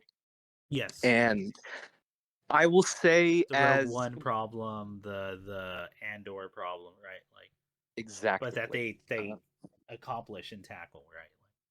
Yeah, I want to say the other thing that really bowled me over, and folks who have listened to us since the old show will know this. Like, I grew up on King. Like, he was one of the first things that I was reading, and this show is kind of bowling me over in the sense that they are making up new characters for us to follow. They're making things up, but there's so much material that is cut out of adapting a novel like It. Yeah. And there's so much continuity within a writer like King, who loves to reference his own stuff. Yep. This show has done an amazing job at taking, oh no, that's from a book. That's real. That exists in this universe. Okay, sure. Or taking a reference that King maybe offhandedly has made and saying, okay, we're going to have a whole episode that's that. We're just going to flesh out what was maybe 2 lines in an episode and actually show you this eldritch horror doing all of that. Right on. I guess the other thing I'd say, besides the children actors in this, much like the original It, are kind of blowing me away. Really, really good performances in this film, in this series. Sorry. And I'll just talk about the beginning, just so I don't spoil it too much. It starts out strong. Okay. It starts out strong, and it lets you know right away, we are not interested in having darlings that survive this. This is the story of someone who murders children, and we're getting right into it. This is the show you've decided to watch. The kills and the scares, really good. There's a scene with the Music Man that is very upsetting. And I'll just say this. It's been greenlit for its last 2 seasons. It's going to do... the series is going to be going in reverse order. So we've just finished the 1963 cycle of It. Season 2 will be the 1936 cycle of It, and the last season will end with the 1908 iteration of It. And we get some interesting... I don't want to spoil anything else, but just to say that that's not just an interesting narrative thing that Andy Muschietti has decided to do. We're playing with the idea that cosmic entities don't interact with space-time the same way. And it is maybe plot relevant that we are doing the show in this order. Lots of good stuff. I'll just say from the kind of barracks of King fandom really quickly. We also get another famous King character who was canonically in Derry during this time. And he is so compelling. I'm going to read the actor's name. Hold on. Okay. He is so compelling. Who plays Chris Chalk plays Dick Halloran. And Dick Halloran was a part of the U.S. military in 1963. People are so taken with Chris Chalk. I would support Andy Muschietti giving him a solo project as Dick Halloran in some capacity because he eats it up really good. Like I said, lots of really good performances in this series. I highly recommend that you go out, but I also don't want to mention too many names just in case, some people die right away and some people don't. So go ahead and take it at your own. Yeah. Sorry. Yeah. No, nice. That wasn't even on my radar. Now I might check it out. That sounds pretty good, actually. I enjoyed it. Yeah, really, really, really good. And I mean, it's what's another. Here's one last thing to tie it into maybe my list theme and some of the other things we've been saying. With the more time you do get it feeding off of the failures of our society, i.e., racism, sexism, etc., etc. Like other social failings becoming mortally dangerous. Good stuff. Oh my god. Good stuff. Like it's that joke I was making when we were watching the Chainsaw Man movie, where I'm like, where's the really obscure, like societal fears? Like, what about phobophobia, the devil, or like the devil, the fear of devils, or like the all that. Your card declined. Card declined devil. And like 70%, 75% of the time, it's not your fault. But man, if it is, no matter what, it's embarrassing. Yeah. But whatever. Yep. But nice. That was your number 8. That was my number 8. Nick, what is your number 8 for 2025? Nice. So my number 8 coming in is my game of the year. Okay. And it was the first game to come out this year, literally 2 days. So January 2nd. Okay. And what ends up happening is I become completely blown away by a solo dev game to a sequel that actually ranked last year for honorable mentions. But this is the sequel called Beyond Citadel by Doekuramori. Yeah. Where before it was Citadel. That came out this year. I remember you talking about that. Yeah, so going into the sequel, I had this expectation where like it is a shooter. It's like a Doom marathon style shooter where it's lots of brutalist architecture. You're gonna get a lot of gore. It's harkening back to, I think I told Ian, the 90s and 2000s edge in anime. Yeah. Like shock value a bit. And there wasn't that much of a story.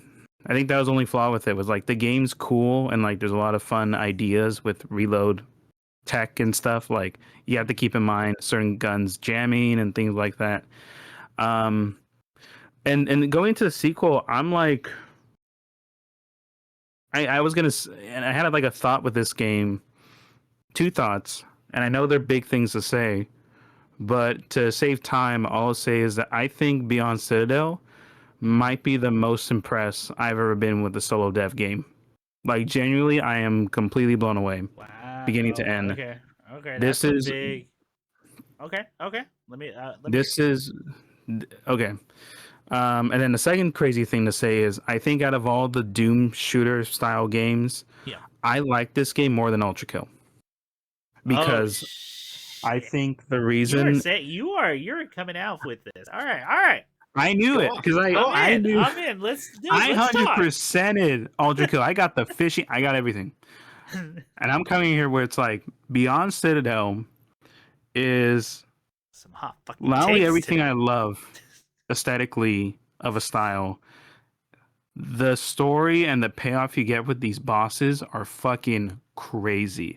These are the type of guns and stuff I wanted from Doom Eternal that I know I knew I wouldn't even get from Dark Ages that came out this year, because you're getting some of like you're again, the levels are really cool. You get like crazy you get these crazy moments where like you can pilot a mech or a tank or a fucking Apache helicopter style, just gunning down these crazy demons, angels things. And without spoiling, it's like the story is so, it matches the architecture. It's such a brutal, relentless, like dire situation where it's like you are, you are the martyr. Like you are literally recreating the apocalypse of like you are the martyr to end the angels and the four horsemen rampaging across the world, and you are at the same time like there's like this really heartfelt like cool levels of like memory for the main character that's really interesting. There's crazy like Cronenberg levels of body horror in this that I'm just at some point I'm just like I'm really impressed. Like I'm not even scared. Like I'm just blown away by the sprite work. Like same with like Look Outside, which is a whole different flower to give. I want to play but that game so bad. Yeah. Fantastic. Yeah, Beyond Citadel. It's such a great payoff for the previous game. Also, like it's just really, really creative.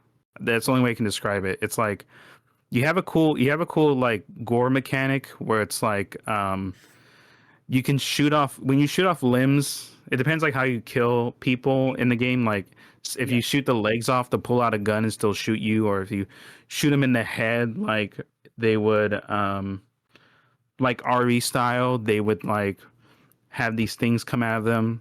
Everything's just so well thought out. Like even the level designs, like the more I look at it, the music's killer.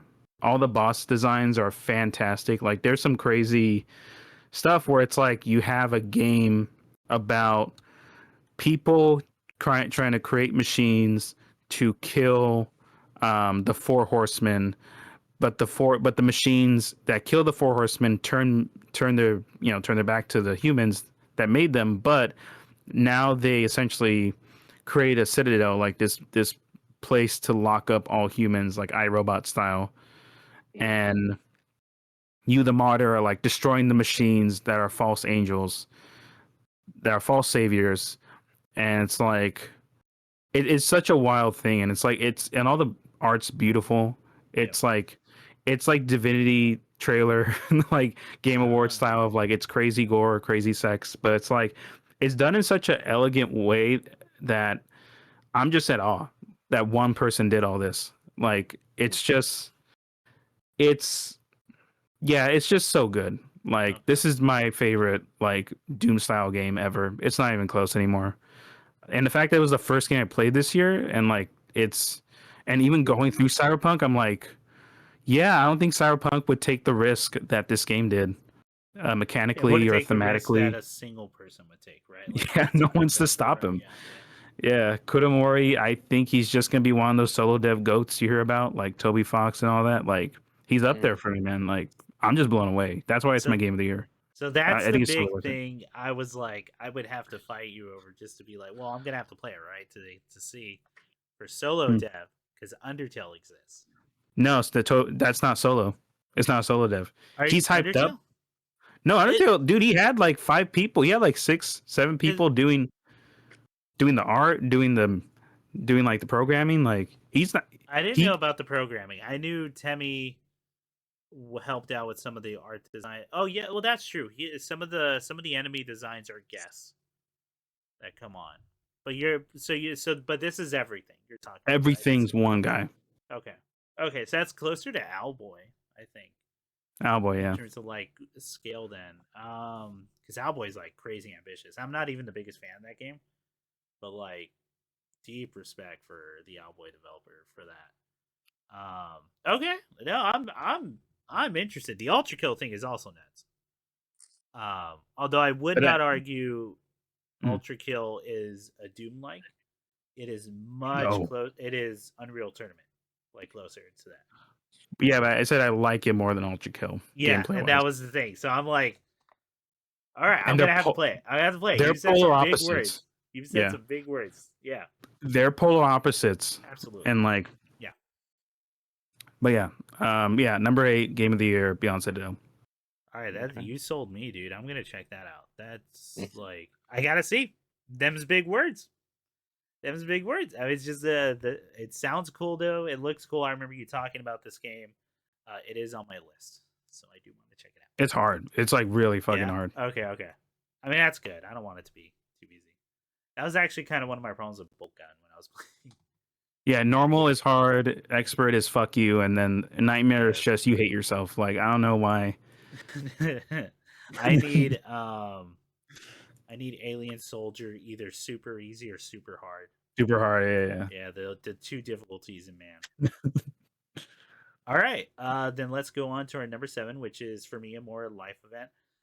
This year I saw Anamanaguchi 3 times, and that was my I saw them 3 times live, twice for free. That's my number 5. Crazy. Oh, that's your number 5? Okay, we can talk about it. Yep, mark it. Me and Nick saw Anamanaguchi 3 times. The first time was at the small skate shop in I believe it's Fullerton, called Program. It's a music and skate shop, really cool place. It was one of those things like first 100 people showed up on a day, you get free tickets to go see Anamanaguchi in that small room, and it was cool. It was really cool. It was before they went on tour. It was a lot of fun. There was one mosh pit when they covered Territorial Pissing. I got hit like square in the nose and even bled a little from that, which is just proof that I can still take a punch in a pit. So that's fun. And second time, I won tickets from their Instagram to go see them in LA. We weren't planning to. We were going to go to the San Diego show just to save money. And they played all of the Scott Pilgrim video game soundtrack. Whoa! Before was it Sobs came on before Anamanaguchi came back and did their full set, which was it's great. I'm not too big on I think Anyway's a really good album. Don't get me wrong. I like it. It's just like a lot of it's not for me most of the time. Even though I think they're great songs and I do have fun with a lot of them. Live though, I think live those songs super work and like are just super fun to listen to and to hear live and to be in a crowd with. So they're always great live. We met some really cool people there. Mutant Astronaut was there for anyone who watched our Scott Pilgrim episodes. Nice. So we hung out for a bit. Shout outs to him. Real cool dude. We love having him on. I thought he was a great guest this year. And I think his name was Nate the Sound Ninja, who I now follow on Instagram, who makes music for video games. He was a real cool dude. Also into some of the more punkier, thrashier stuff. And then we saw them in San Diego in a very small room, that was my favorite energy, I think, out of the 3.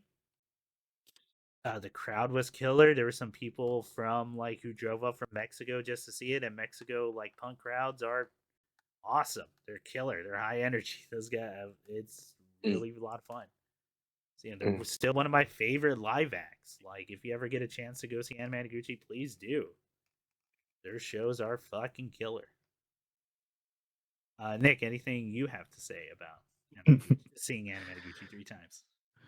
Yeah, it's higher on my list, I think, for those reasons. I'm literally wearing the shirt from one of the shows.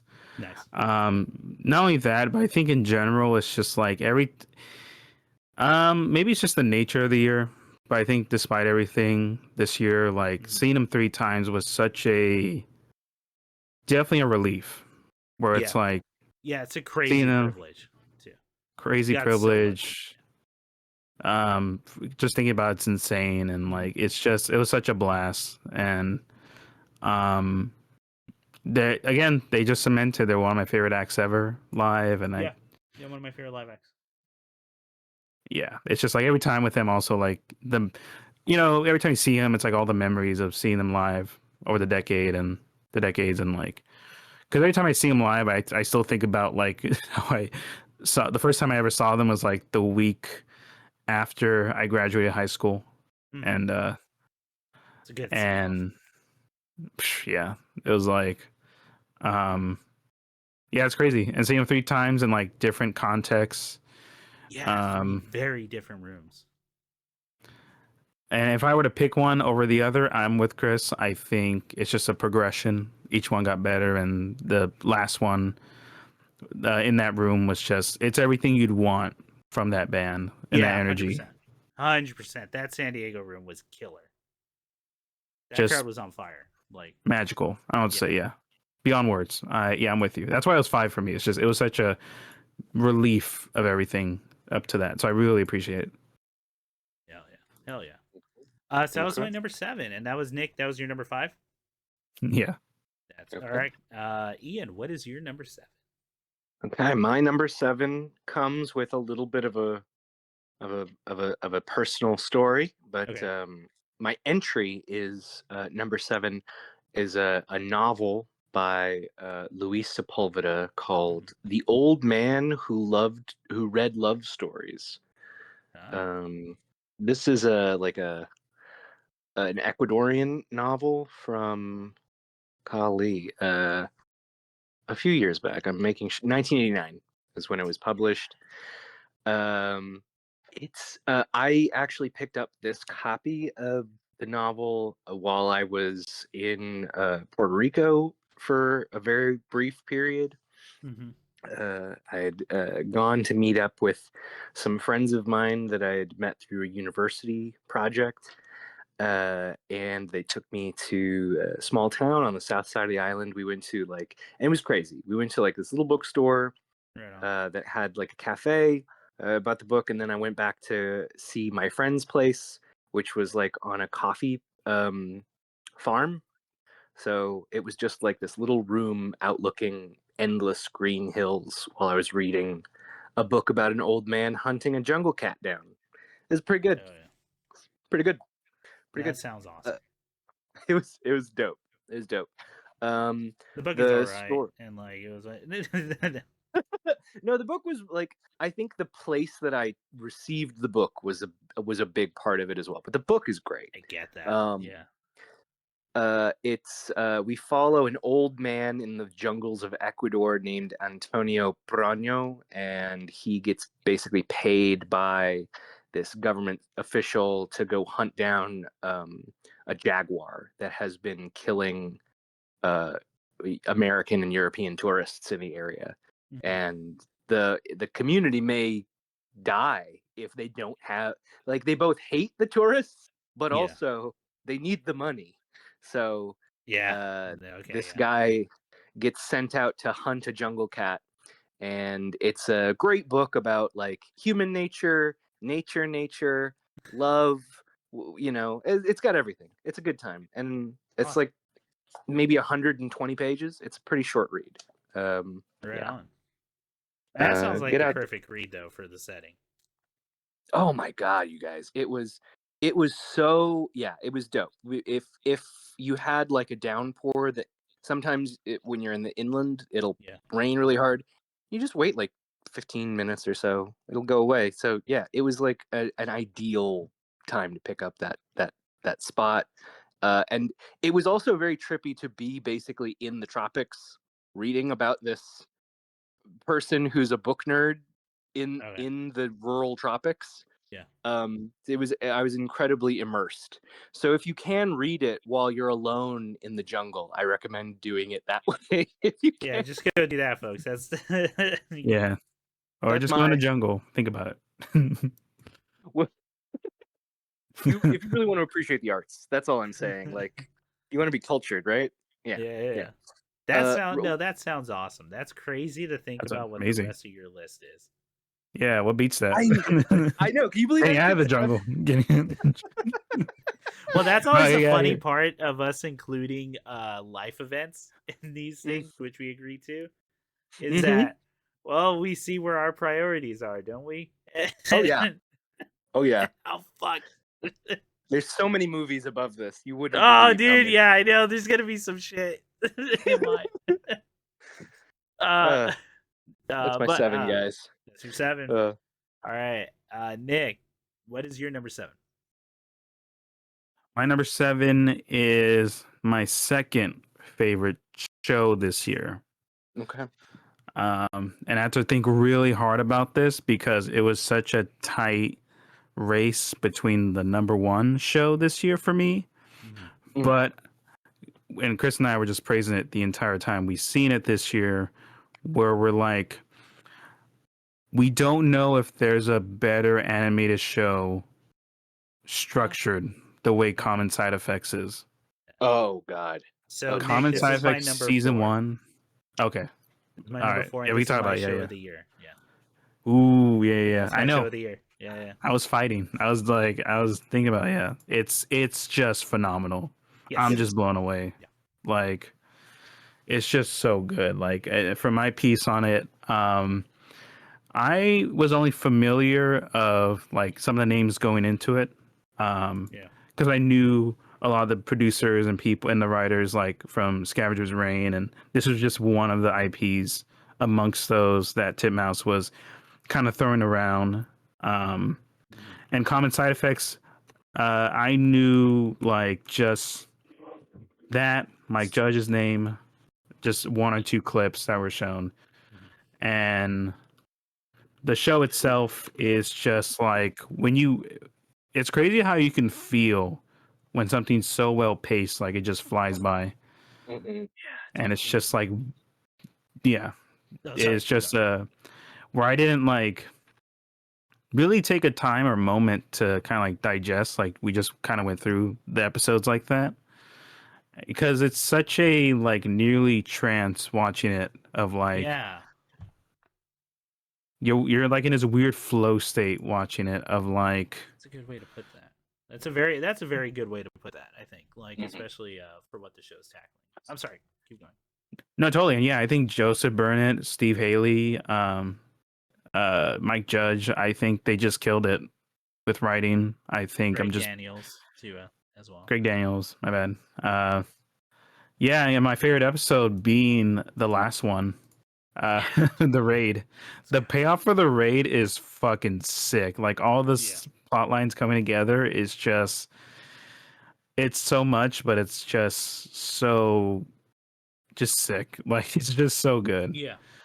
It makes me so excited for the new season. Mike Judge as a CEO is so grating, but you get it. Like it's such an understandable grating. Yeah. And he's barely like not doing the Hank Hill voice, but he is. And like, oh, I totally, dude, it's that line of like, you don't have health insurance, you should get. You should call someone. You should call someone. It's like fuck. Like, oh my god, he gets it. This it's okay if I say some stuff about this. No, absolutely, yeah. Okay. I mean, I totally agree with you. This is my show of the year. This is like if you have any interest in like storytelling, like I'm not even talking about just like animation TV shows. I'm talking about like storytelling, writing, character dialogue. Oh my god, it's a master class. It's kind of nuts. Like, yeah, because it's at one point simple, but like it's utterly complex the more you think about it. And like, man, if you've ever had to navigate the American healthcare system, which chances very much are you have, if you're an American listener, or will, and boy, is that going to be one of the worst moments of your life. Yeah. This show's gonna hit. It's gonna hit so fucking hard, and you're gonna understand everyone's motivation here. You're gonna totally get why everyone does what they do and how desperate you are. Like how like this pressure that's underlying every linchpin in like our American society, just based around this fucked up system. Yeah. And how much you want to hope for that miracle cure, whether or not it has side effects, and what does that actually mean? What's the role psychoactives play? I know Mike Judge like had a very positive experience with psychoactives.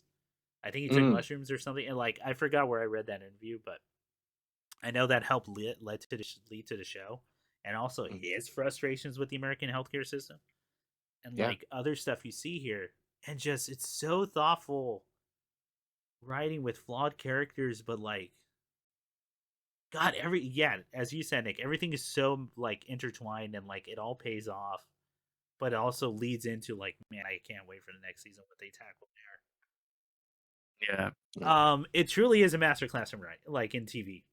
Like, if you have any interest at all in TV, I'd say watch this. Yeah. And then I would say watch it once, just let it hit you, just notice how fast you're going, like how everything just flows into each other perfectly, the amount of information you're getting at every second. And then watch it again and start taking notes if you want to make your own thing. Because man, this is you can learn from this. Like, this is my show of the year. This came out of nowhere. I just thought it was gonna be a fun show, and I was enraptured. I think was the word. There's only like one other show I think this year that really hit me like that, which is maybe Pluribus, which I didn't put on here because at the time I made the list, the season hadn't ended, but I think it just did. Same. I have not finished Pluribus, but I think it's really good. So yeah, anything we haven't finished, we didn't put on this list. But Pluribus is really fantastic. I won't, but it's also the Vince Gilligan thing of, all right, I can't wait for the next 4 years where I finally get closure on it. Yeah, because it's gonna be a fun ride. It really is. It's gonna be a fun ride. But Common Side Effects is my show of the year. Yeah. Do you have a favorite character? Do I have a favorite character? I like that main character a lot. Marshall?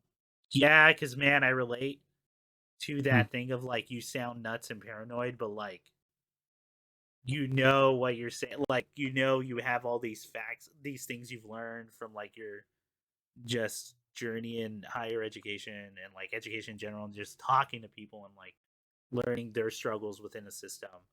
And when you start spelling these things out to people, how nuts you kind of sound because it's so fucked. Yeah. How it leads to it. So I like that. Mike, as I think you said it perfectly, Nick. Mike Judge's character, the CEO, is perfectly grating because he's not evil. He's just so far like disconnected with society and real life. Yeah. And the average person that like, yeah, the line "you don't have health insurance" like is like the peak of his character. That's everything you need to know about him in one like line. I would agree. The agents, Harrington and Cupano. And the agents are just so fun, but yet they serve such a good purpose to the show. Like, oh, you just like power, like the best like platonic friendship like I've seen in a while. It's so good. Next to maybe like Power and Denji, because I like Power and Denji's friendship a lot. Maybe because I have friendships like that, but like, what do you mean by that? Where they're insane, where the person's what do you insane. mean? Yeah, I know. No, what do you mean, man?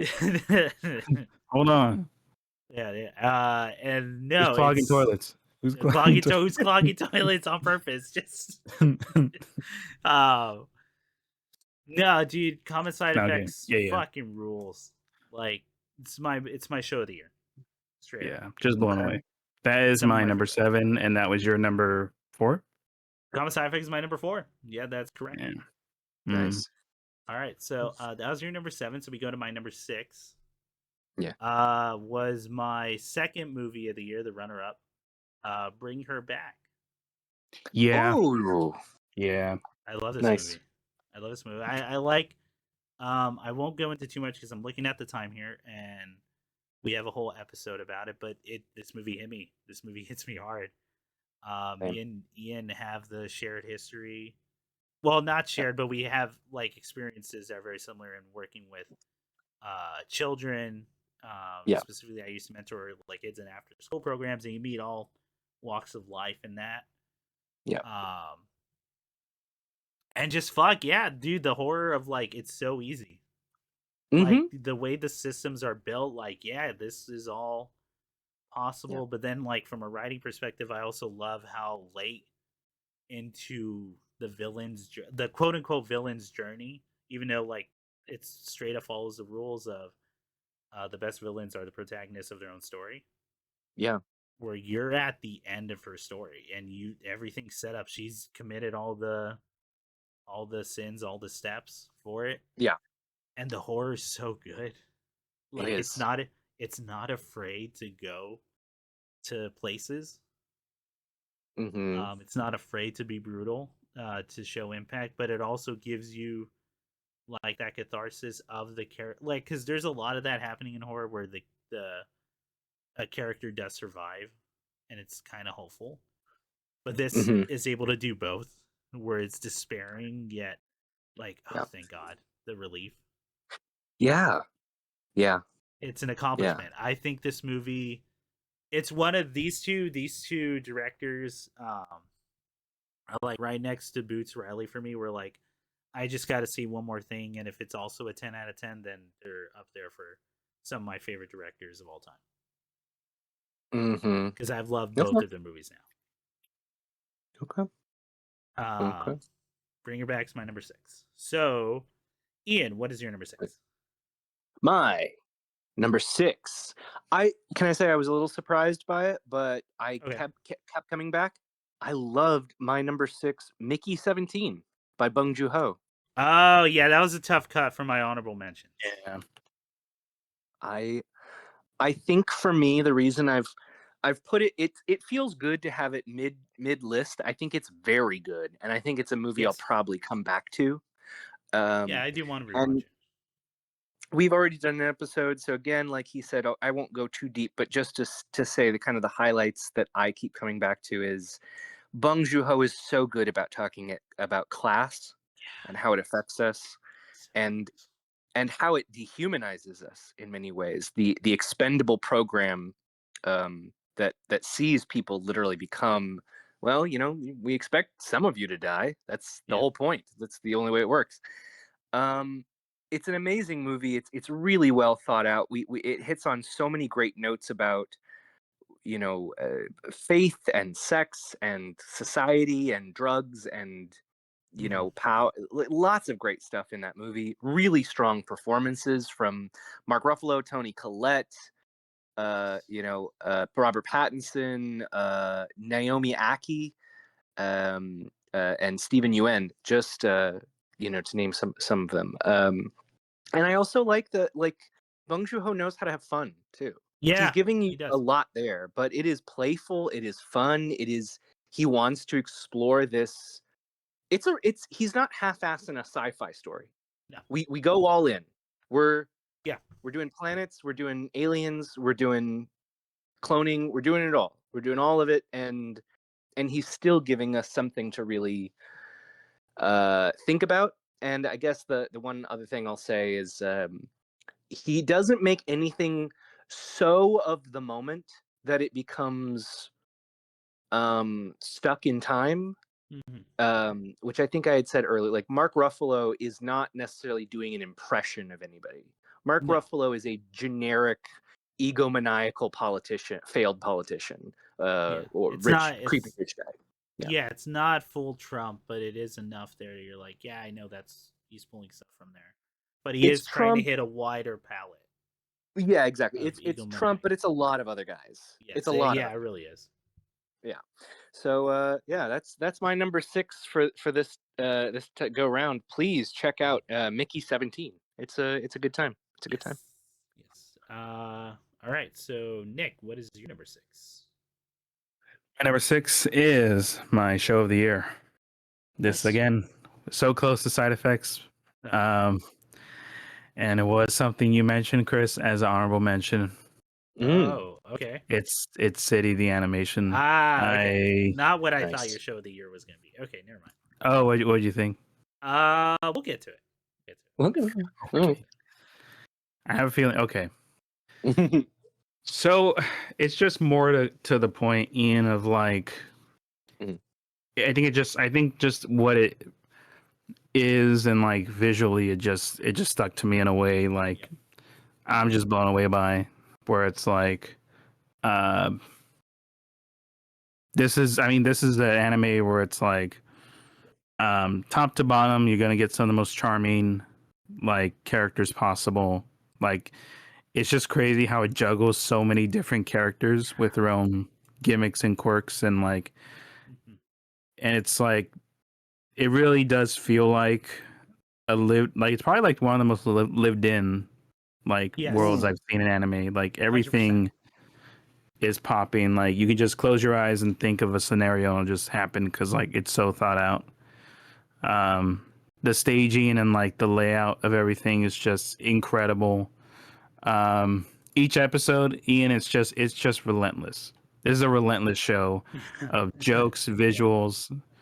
I love it because like I haven't had that in anime in so long, where I watched something and like I genuinely didn't know what was gonna happen next. And like I just wanted to see more and more. I didn't want it to end. Okay. So it's all just vague emotion thing, but yeah, because not else to say other than like, yeah, you're either click with it or you won't. But for me, like it clicks so hard that I'm like, that's just goals. I don't say like that's just goals for like visually to go for that. Okay. Yeah, I'm just blown away. That's all I can say on it. No, you're absolutely right. There's no other show like it. It really isn't. Yeah. Right. Yeah, no, it's good. City animation's like fucking phenomenal. And that was your number 6?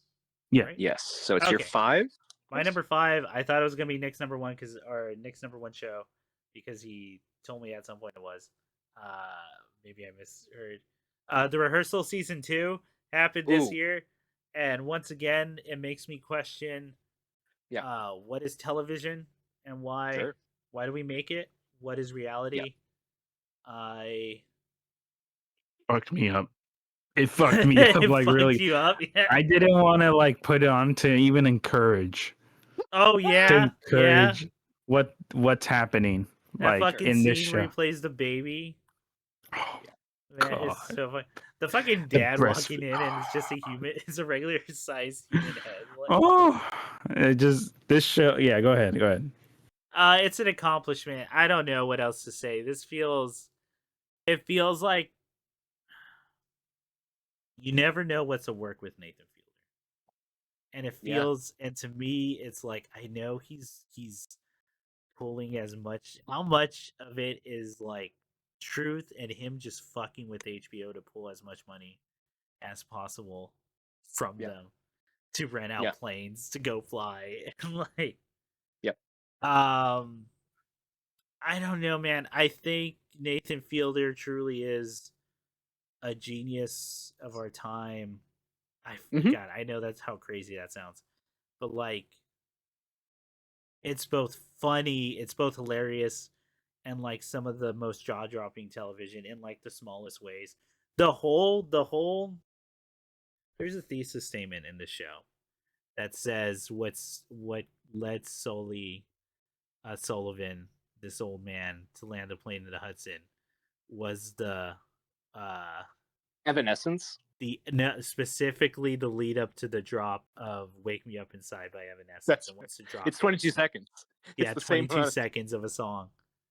One of the most convincing cases I've ever heard for that. Yep. Because he just takes you through that dude's life. To explore like, how like jobs, well, specifically pilot jobs for sure, but like jobs in general in the U.S. are meant to isolate you from other people for whatever fucking reason.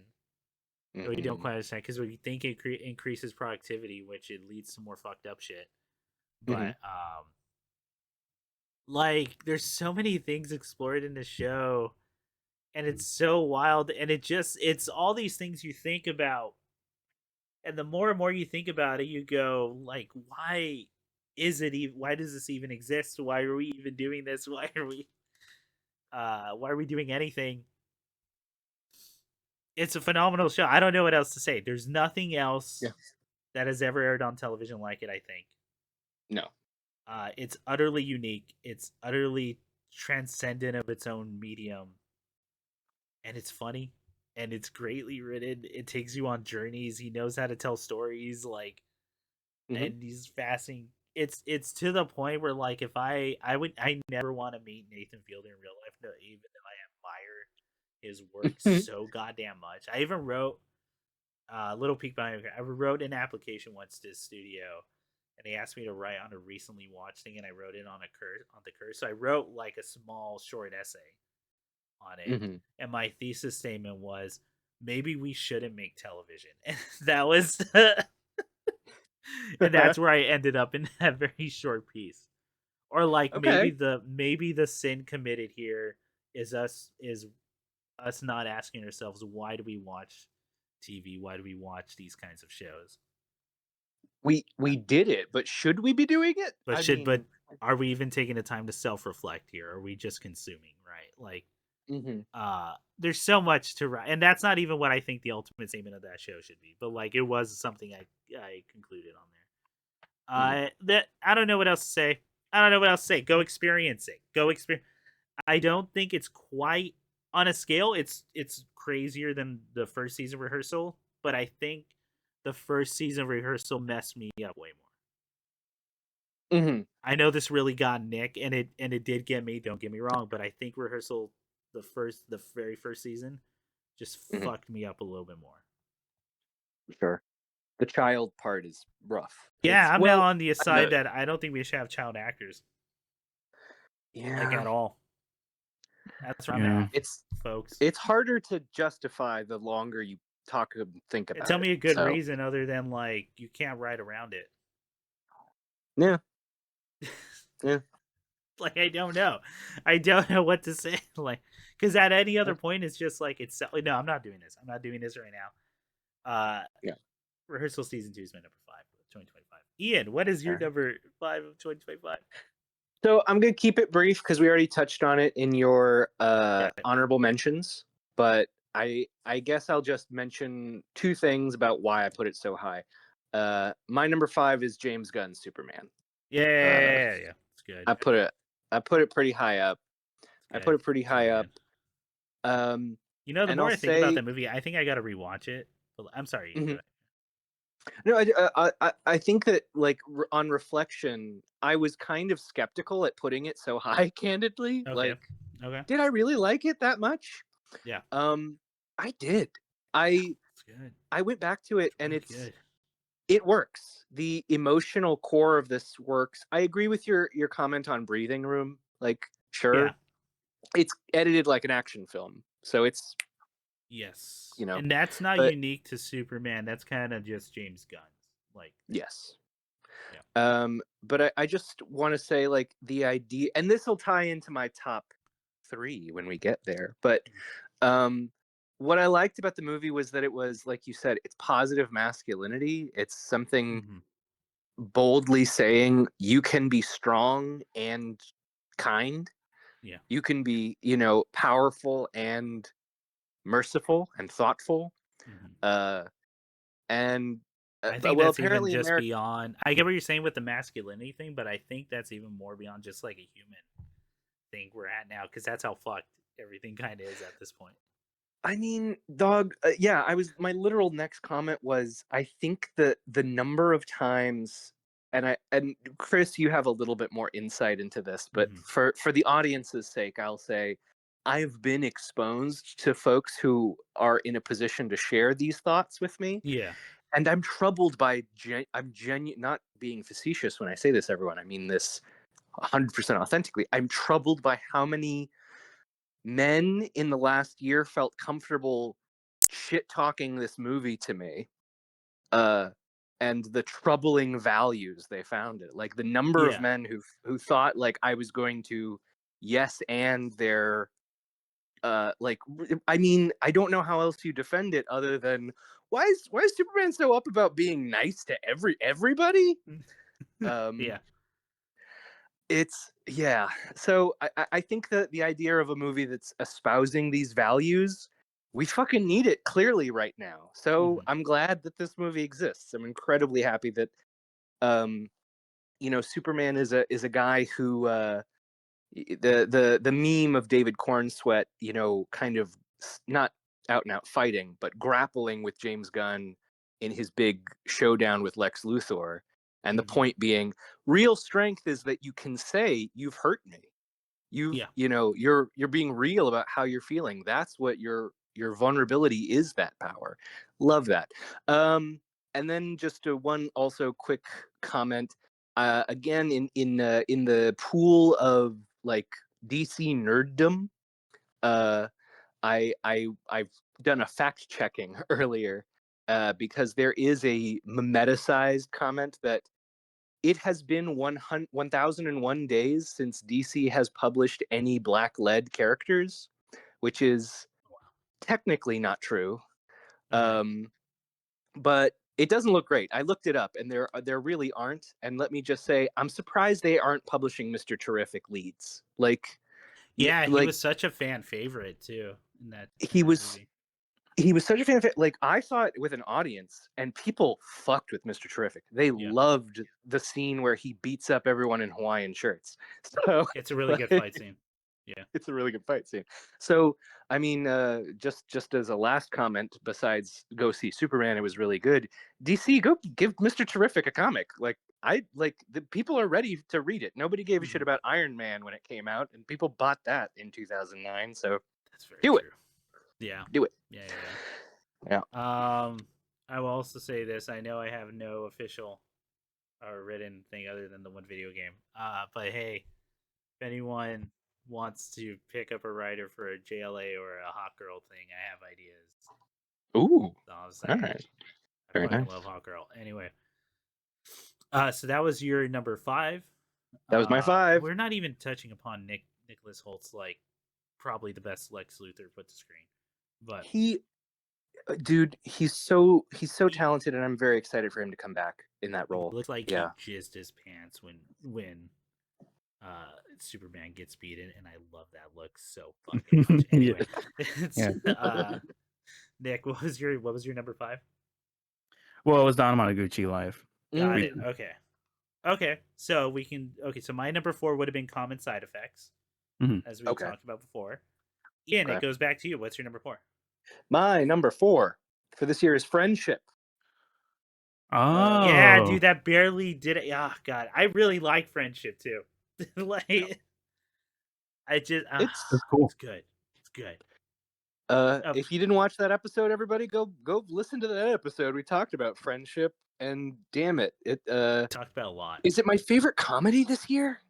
Hold on, I haven't seen The Naked Gun yet, and I've heard that's good. And that's made by the Lonely Island guys. Yes, I will say that I have seen it, and Pam Anderson is really funny. Yeah, she's really funny. She's really funny. I do want to check it out. I'm with you. Friendship, as a comedy movie, is my favorite comedy of the year. It's really good. Yeah, it's really, really good. And I guess another part of it, maybe we said it in the episode, I want to support stuff like this because I as much as I love it, I'll be candid. I don't know how wide an audience this project will pull on its own. I don't know. Go watch. I would say if you haven't watched it, if you haven't checked out our episode Friendship, go watch Friendship. Go watch our episode. Also, go watch the commentary track for it. They bring in Connor O'Malley with the director and writer. To talk about it, and there's a lot of funny bits in there. And then go watch the uncut scene of Connor O'Malley's character arguing with Tim Robinson's character. In the garage. Yeah, and it's 12 minutes of improv.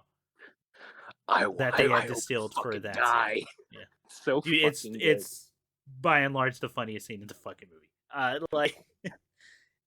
With the funniest line only being able to come from after that scene. Which to this day I still incorporate. We should have never left Afghanistan. I think said that it caught me so off guard. I have never been. It's a fucking haymaker out of it's a left hook.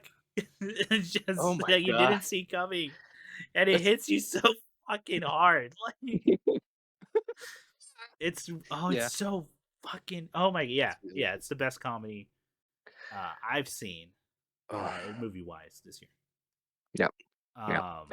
So that was my 4. Yes. Nick, what's your number 4? My number 4, I'm gonna have to tie it with number 3 because they're both thematically the reason why they're like up here this high. Got it. So number 4 is my album of the year, Cabin in the Sky de la Soul. Hey, yeah. And my number 3 I get it. is my comic/graphic novel of the year, which came out a few years ago. Okay, but you read it this year. Then. Yeah. Yeah. It's called In, by Will McPhail. And by Will McHale. Yeah. Both of these are medias where they cover a tribute to someone. De La Soul is a tribute to, Dove Trugoy, Dave. And De La Soul, Cabin in the Sky is my favorite album because it's celebrating him. Yes, it is. Use something else. And In a Graphic Novel is a kind of like documentary, like it's this like thing on the author's like journey in his 20s, being in New York and a cartoonist for the New Yorker. And In got me. In is this graphic novel. Well, in both cases I cried, but In the graphic novel has a line in here I might get a tattoo of later in my life. Oh, nice. Damn. Okay. I think because they both came in a time, everyone's going through their own thing this year. Yep. And In has a line, because In's about like, it's a cartoonist being in New York, trying to act the way he thinks adults do. It's pretty great. And there's a running joke where like he pretends to be a guy, like he pretends to be like a brooding writer in a bar in Queens, and people call him out on it. And there's a cool moments where like anytime he like half opens up to someone like genuinely, it goes from like a minimal like 4-panel page to like a full like matte painting, like gouache, like skies and stuff. Like it's really cool how they do that. Right on. And that's the setup. And then it's a slow burner of a book, and when you get to like the big reveal of like what it actually is that In is about the only time the character like opened up to his mom.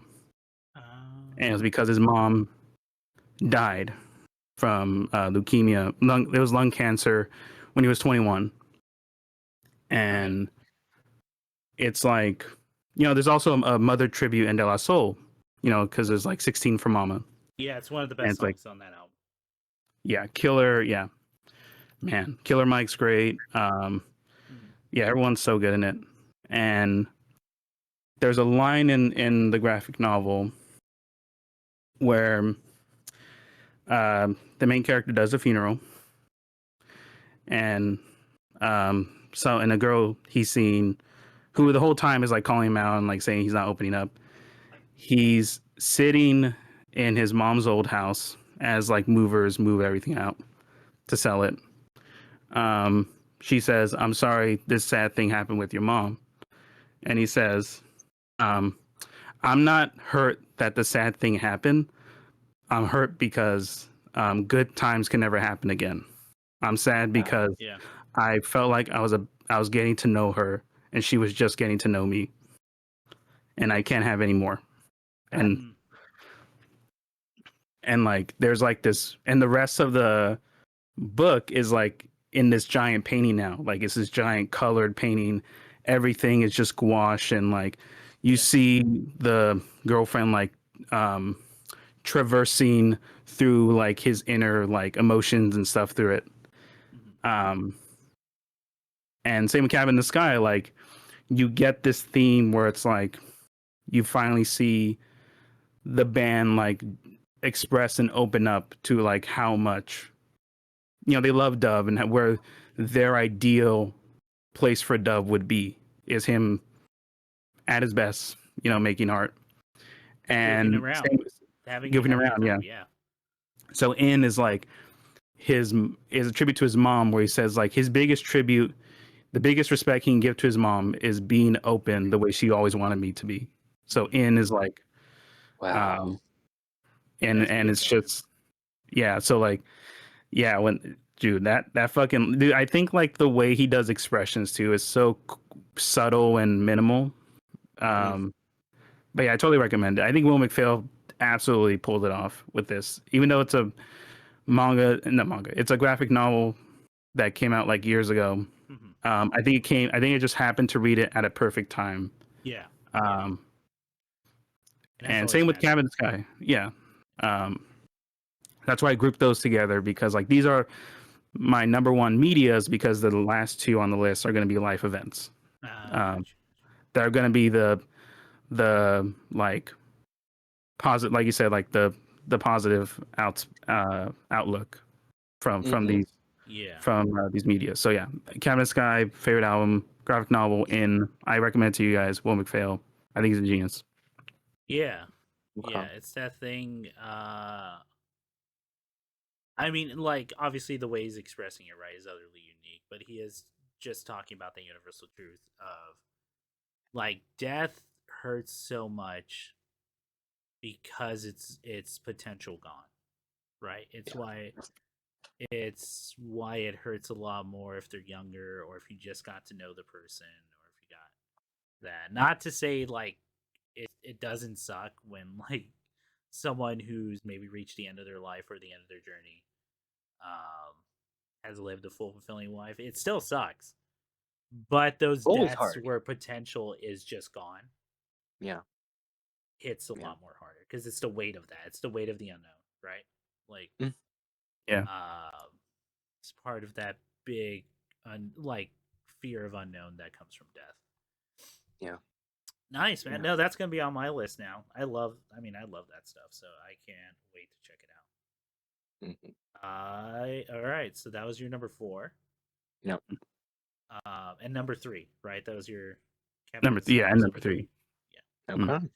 I don't blame you. That album's nigh perfect, if not like. It's an album that couldn't exist without their journey. Without having done all that, right? 100%. All right, so my number 3 is this is so fucked up. I have it at number 3. What was I thinking? Anyway, number 3 is going to. I had 2 friends who got married this year, and I was at both of their weddings. Oh wow, that's my number 2. Do I like them more than you? I was thinking about that. I was like, hey, listen, if they're listening, I don't think they listen to this. Ain't nothing wrong with number 3. No, hang on. You're the third best thing this year. Oh, yeah. Yeah. Well, wait.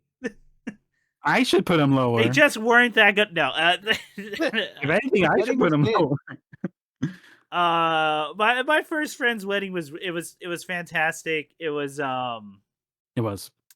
We were very. I felt very privileged to be there, and to meet his friends he grew up with. It was his main friend group and everything, and the fact that he includes me like on that same level is very. We met in college. Our first year of college, we were roommates.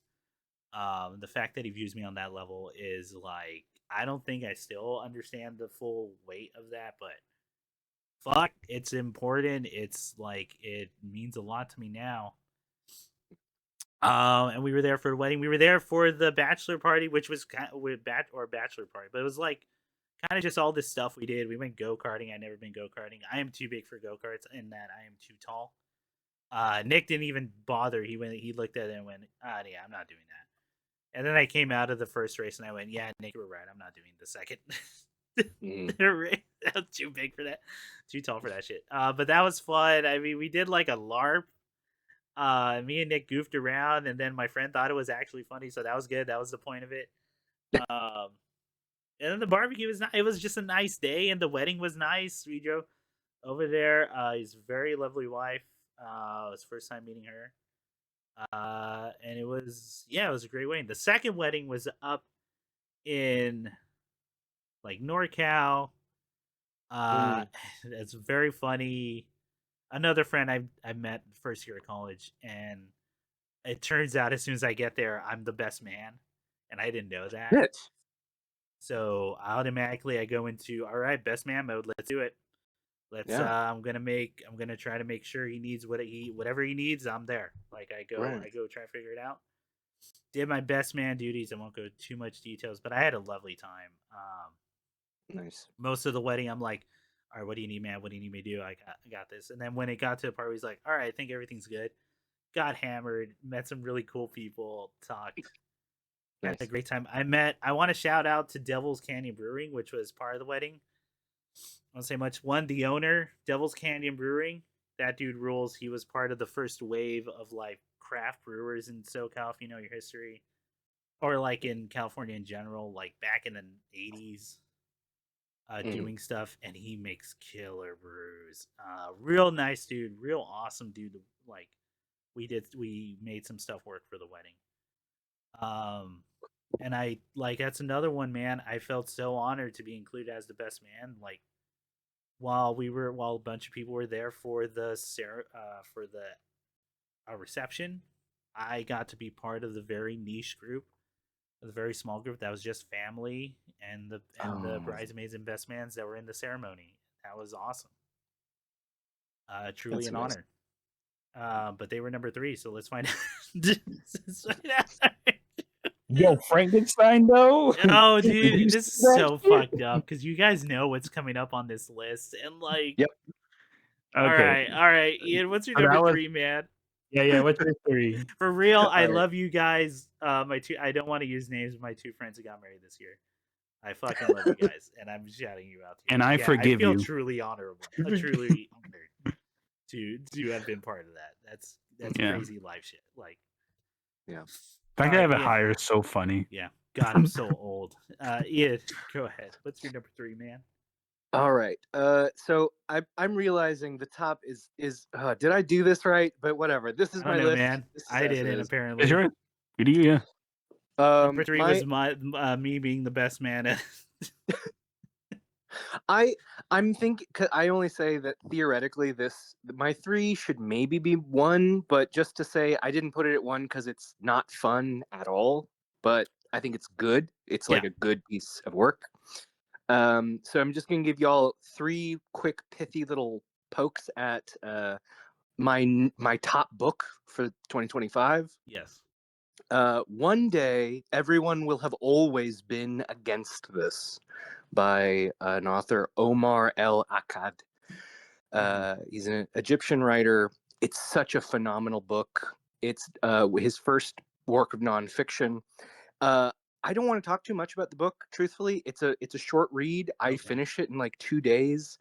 I'll be honest, I initially picked it up because Akkad had been one of the few folks persistently writing about the Gaza occupation, and I wanted to know more about that. This is a very personal story, though. It is a story about like America in the Middle East, certainly, and Gaza, but it is about, a young Egyptian who moves to Britain, Canada, then America, becomes a journalist, is sent as a journalist to Guantanamo Bay for 4 years during the Obama presidency. I'm going to read just one clip on the back from Tommy Orange, and then 2 bits from the first chapter for y'all, just to get a taste of what this book is about. This is from Tommy. Oh, go ahead. This is a quote on the back from Tommy Orange about the book. Quote, "I can't think of a more important piece of writing that you should read right now. I found actual hope here and help to face what the world is now, all that it isn't anymore. So please, please read this. I promise that you will not regret it. I honestly don't know how you could regret it." So that's wildly glowing endorsement. What were you going to ask something, Chris? Oh, I just wanted to say if we could reiterate the name of the book. Yes, the name of the book is based on one of his most popular tweets while he was allowed on that system, referencing the extermination of Gazans. One day, everyone will have always been against this. And the way in which Basically, there's a great deal of denial about how complicit America is in what's going on. And hold on, I'm going to read the quote because this is kind of cutting to the heart of the matter. Mhm. Quote, whatever mainstream Western liberalism is, and I have no useful definition beyond something that is at its core totally transactional and centered on magnanimous, enlightened self-image and the self-dissident, believing that empathizing with the plight of the faraway oppressed is compatible with also benefiting from those systems that oppress and destroy them. It subscribes to this calculus. And then the other part, quote, the survival is not clean, does not subscribe to any one narrative. For every single victim of colonialism who is restricted, there may be another who, like countless members of my parents' and grandparents' generation, looked to the French and British and thought to themselves, well, this is what winning looks like. These are languages they speak, these are customs they practice, and if our own children have any chance at all, they must become fluent in these things, because anything less than fluency is a sentence to a life of something subordinate. Guys, it is a heavy book. It's maybe like thematically, but actually it's a very quick read. It's maybe just under 200 pages. It's a personal memoir. It's from a journalist who's been working since just before the Obama administration, covering everything from Guantanamo, like I said, to wars and occupation in the Middle East. One Day Everyone Will Have Always Been Against This by Omar El Akkad. Dang, this book bowled me over. Really good. I recommend everybody take the time at some point to take a look at it. Yeah. Yeah. Oh, I'm definitely interested. I mean, you know me, I'm into that no Yeah. holds barred, just precise to the heart of the problem. I mean, I think he gets to it. That's great. I mean, I've been talking about the subject. The prose is beautiful, guys. Not even to talk about how great his writing is. Yeah. Hell yeah. Okay, that sounds awesome. Yeah. Nick, Nick was number 3 was Cabin in the Sky by De La Soul. Yes. My number 2, top 10 of 2025, was After the Wedding. Me, Nick, and two really good friends of mine from college took a road trip back to LA from NorCal. And we stopped at multiple places along the way, just did touristy stuff. We drove along the one, and fuck, dude, it's such a beautiful stretch of road along there. It really needs to be like taken care of. We stopped. It's my number one. That's your number one? Okay, yeah. It was killer, man. I don't know what else to say. It was like probably in terms of physically doing something, that was my favorite thing I did this year. Like same. Took a more than drive Evo. down. Oh, so go ahead. I'll say more than Evo, yeah. Yeah, absolutely. I was gonna put Evo in here as my mention, but like, if I talked about Evo, my thing would be just MVC2 tournament the entire time, and feeling like the return to the community I came up in, right? Yeah. For fighting games. But yeah, like driving down the coast, going to Redwood Basins, doing a very short hike, like 15-30 minutes, but seeing, you know, this forest that regrew out of the great fires that happened years ago around there. Reading stories, taking photos, being with friends, and in fact, okay, Nick was there for this moment when we started planning the road trip, where my friend comes on. I'm not gonna say his name, but he starts going like, "Hey, we should get walkie talkies for a trip," and Nick knew that I had been like, "Oh, I'm gonna ask if we should get walkie talkies for a trips." And I'm gonna tell him like we should get code names, and then he goes, and then you down to do code names because and I was like, oh my god, and Nick's like kind of getting weirded out, and he and he starts suggesting places that like that I was gonna list on the trip, and I just go, man, this is how I know we're friends. This is exactly what I want to do, man. Let's fucking go. Let's do this. Let's go. I mean, we stopped at the mystery spot in Santa Cruz, Pfeiffer Beach, Redwood Basin. Got some really good coffee on just in Big Sur. Um, uh, spent a night in Monterey Bay. Did the Monterey Bay Aquarium. Spent another night. God, what was the other city we were in? It wasn't Pismo? Pismo. Was it Oh. Pismo that we crashed? Or, it was Monterey, and then it was oh yeah, there was one more. Yeah, there was one more. I want to say it was Pismo, if not before Pismo. Yeah, I think it's like before Pismo. Yeah. Yeah. Oh, I also did the Winchester House. Ooh. Me and Nick ate at the fucking best Taco Bell like ever, which is on the one, and it's on the water. It's on the beach. I'm not going to show that photo to anyone. That was just for friends, but I took probably one of the best fucking photos I ever took in my life, which is a picture of a Taco Bell bag in front of one of the best beaches I've ever been to. Okay. And I just went. I feel like I've been fulfilled. Shout outs. I think that was Alvin Alberza is his name, or Instagram. We met at my friend's wedding. He was a photographer. That dude suggested it. Primo suggestion. Yeah. It was great. It was great. I love that stuff. One of my life goals, something I've always wanted to do, is drive up from LA all the way up the one along the coast, all the way to Canada. That'd be fun. And just do that. I love road trips, man. I really do. I love them so much. And this was one of the. It was great. Just sites, just the different biomes you go to in California. Just an hour or two every time. We drove through the central. We stopped by like Santa Cruz and everything. It was awesome. It was awesome. It was a killer thing that we got to see all these bite-sized things that were great, like a proper road trip, and one of the most beautiful roads I've ever driven on. Like insane. Yeah, going through the redwoods, like the Autotopia inspired thing.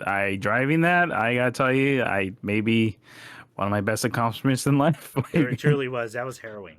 It was. I was like, Nick, I know that was only 30 minutes. I'll drive the rest of the way, dude. That was the most intense thing I had ever like seen. And yeah, there's that. I mean, because I have like my own story, like why it's number one. Okay, go ahead. Go for it, man. Because it is about Pismo. Because Pismo is like the one I thought about a lot. Like even before going back, because like I've been there since like I'd say 2010, 2011.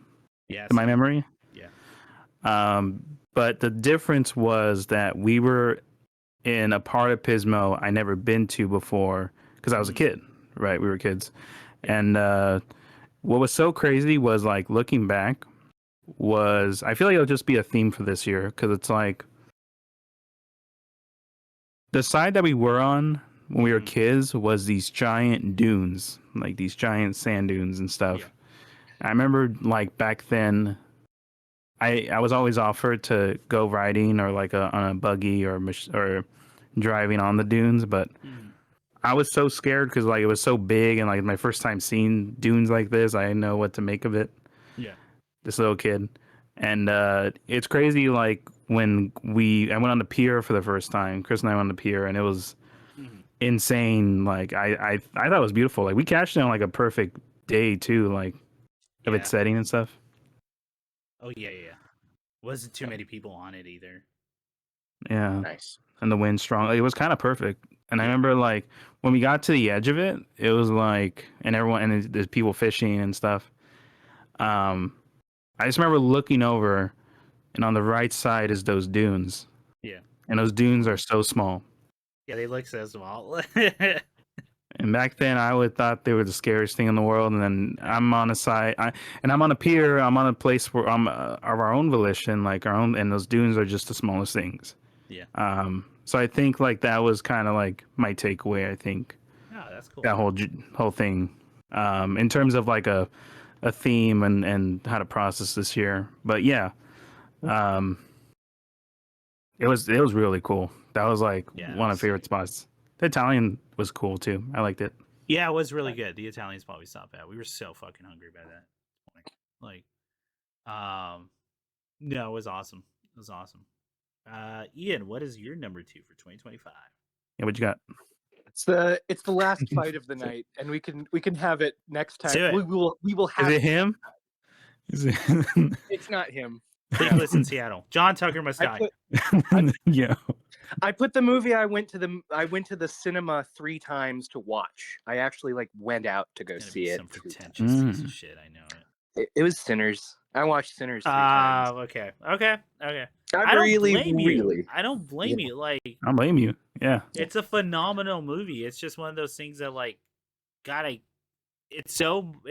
mean, I said before, it's so my speed that I feel like the things that I would nitpick stand out to me a lot harder, right? And I don't know that I really have anything to rebut with what you guys say. Yeah. I get it. But dang, it's a fun movie, and Yeah, it really is. It really is. Truth be told, I'm given his ability to write, to direct, and the kind of pitch little deal he got from the studio. Like, yeah, that's gonna go down in history. Like, there's a part of me that's deeply eager for Coogler to, in another 10 years or so, he's going to probably come out with a few more supernatural black themed horror films, and I'm going to be so stoked to watch those. Like, yeah. Good movie. Good flick, movie. guys. It's a fun time. Yeah. Fun time. More than a Gaza book, I guess, but like that's more fun than a book about God. You know what? If I had to nitpick, it is more fun. I don't want to say that. Yo, when they crip walk with the Mongolian, like when they were When, so I will when say Rick this. James... I didn't talk about when I talked about Sinners, Nick. That burning down the house scene is the best scene put to movies this year, I think. Yeah, one of my favorite scenes ever in a movie. Like, honestly, but again, 100%. The surprise. Good. Oh my god, so good. Yeah, the Rick James guitars, and then you're like, yo, this is better than I want that book. Yeah. Well, that's but him choosing that guitar. Oh, we could. You know what? We'll talk about it once we get into the top 10 because we can go on about that movie, right? Like, we can. Yeah, that's true. Because man, I know what he's doing with that pick, and I can get into it. But like, I know. Okay. No, I'm saying, Ian, I think it's funny how high you have it because, like, I feel like I should have it higher because my teacher worked on it and like co-made it. And Nick knows the history, like, of that area and like everything. Like, you're trying to avoid the appearance of nepotism. I get that. I know. Yeah, it's me, but it's No, I get you. I'm with you. Like, it would, depending on what day you ask me, I would put it as high also. Yes. Like, it really is that special. When I watched it, I think I was pretty confident it was going to take away the top spot, and it only, and again, like you said, man, like maybe ask me another day, it'll be a little bit different, but I do think it's a damn good flick. It really is. Yeah, 100%. Yeah. All I'll say is FD Signifier did a great video on Ryan Coogler and specifically Sinners. Please go watch it. It's really good. Please. Elaborates more on that. And why I also like Sinners a lot. We'll talk about more about that movie when we get into the bloodshed. That is 2025 rank. Yeah, God, it's gonna be brutal. Yeah. Yes, but Nick, your number 2 was The Wedding, right?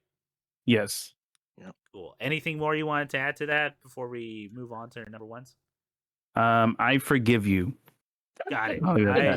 I'm glad you do. But I will be real. I don't think it's your forgiveness I need. No, not you. To who knows. Okay. I know what you're talking about. Yeah. I forgive you. I do go on record and say I don't know anyone in my life that uses another person like that. That was crazy. Wow. I'll leave it at that. And anyway. He did say he was sorry. But that's why it's number 2. And it was a good apology. It was. And he should be grateful that it's a number 2 and not an honorable. Listen, weddings are crazy. Yeah. We're not going to elaborate. We're not going to elaborate. That's too long of a story. I don't want to do him like that. Because we genuinely forgive him, and we powered through that. Like, no, it's all good. Yeah, but it's all good. It's all good. We're fucking around, but like, that's so fucking funny, Nick. That's. I just like the bit of like, no, I could have not even mentioned you. You lucky. You're lucky. I love you guys. All right. I think we know what my number one's gonna be. So let's go, Nick. Yeah. Your number one was going to be the road trip, right? Yes. Okay. The whole Was spiel there of any the dude. more you wanted to say on that? I mean, yeah, it's everything you mentioned. In terms of what to add to it, I'd say on the theme I mentioned, because like the year prior we had, our Seattle trip, and I think like That's I 2 think it's years just ago. yeah. Yeah. I'm sorry. What? Wait, was that? No, because like that was last year. Oh no, you're right. Never mind. It was last year. It was for your. Forget what I said. To be fair, like so much has happened. Like everything feels years apart. But no, I was just gonna share like, yeah, I think just like especially that pier was just like to me one of the most mind blowing parts because like it was so perfect. I think it was such a perfect like setting and feeling and things like that. I will add like I had an absolute blast with the aquarium. It was really love. cool. Yeah. It was packed that day, but like it was really. It was a Saturday. Yeah. The food we got after I think was really good. Yeah, a little good. Yeah. Nice, man. All right. But Chris. Ian. Yes. Oh no. Hey, Oh no. let's go to number Ian one because it's gonna be fun. Ian, go for it. Is it him? It's him. I've realized that I should give like a little lead up. So I'm gonna do a slight lead up just to say to everyone in my real life, in my actual real life, at the very beginning of the year in this winter, I actually went to the UK on a trip. Okay. I got to have a I wonderful thought it was gonna time. be super. I'm so sorry to interrupt, Ian. I thought it was gonna be really funny if you didn't talk about this. I thought there was a second I was like, Ian's not gonna do it. But I'm sorry, go ahead. It's all yours. It's yours. It's your moment. No, actually, behind the curtain, so everyone can see, up to this moment was like, am I not going to mention this at all? That's gonna be wild if they mention this and I don't mention my thing. I'm gonna look like a fucking crazy person. I would have you could have gotten away with it, and I would have respected being like, I don't want to put that out there. Sure. And I would have been like, yeah, you don't have to. That's your stuff, man. So I went on a trip to the UK. I was away for about 2 weeks. It was a beautiful time. I talked a little bit about, and I went all the way to a place called Carlisle in northern Cumbria of England. I went to a place called Carlisle Abbey, and I proposed and I got engaged this year. It's been a huge gift, but my number one is Wake Up Dead Man. So that's right. Actually.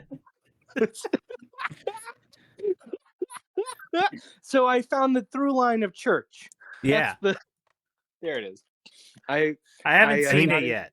Why was it knocked down? Because you found happiness on Britain's land? Is that why? Oh, yeah. Was that the problem? Wrong place. Right. Perfect time. I completely crumbled the Anglican church. I went to the last. By the way, I will mention the priest there mentioned this is the last Anglican church before you enter Scotland. Like very, like a God, better watch out for them sort of way. Which, like, oh my God, guy, give it a rest. No, but anyways, yeah, I picked Wake Up Dead Man. Nobody else has seen it yet. Nobody's seen that. No, I haven't. I want fuck, dude. Christmas was way more busy than I thought it was going to be. We had some real life shit happen, right? Which we'll talk about next time we meet. And then I don't really get vacation, so I still had to go to work while this shit was happening. So it was fucked. I get the time for Christmas movies just weren't happening. I get you. Yeah. I get you, man. I want to watch it.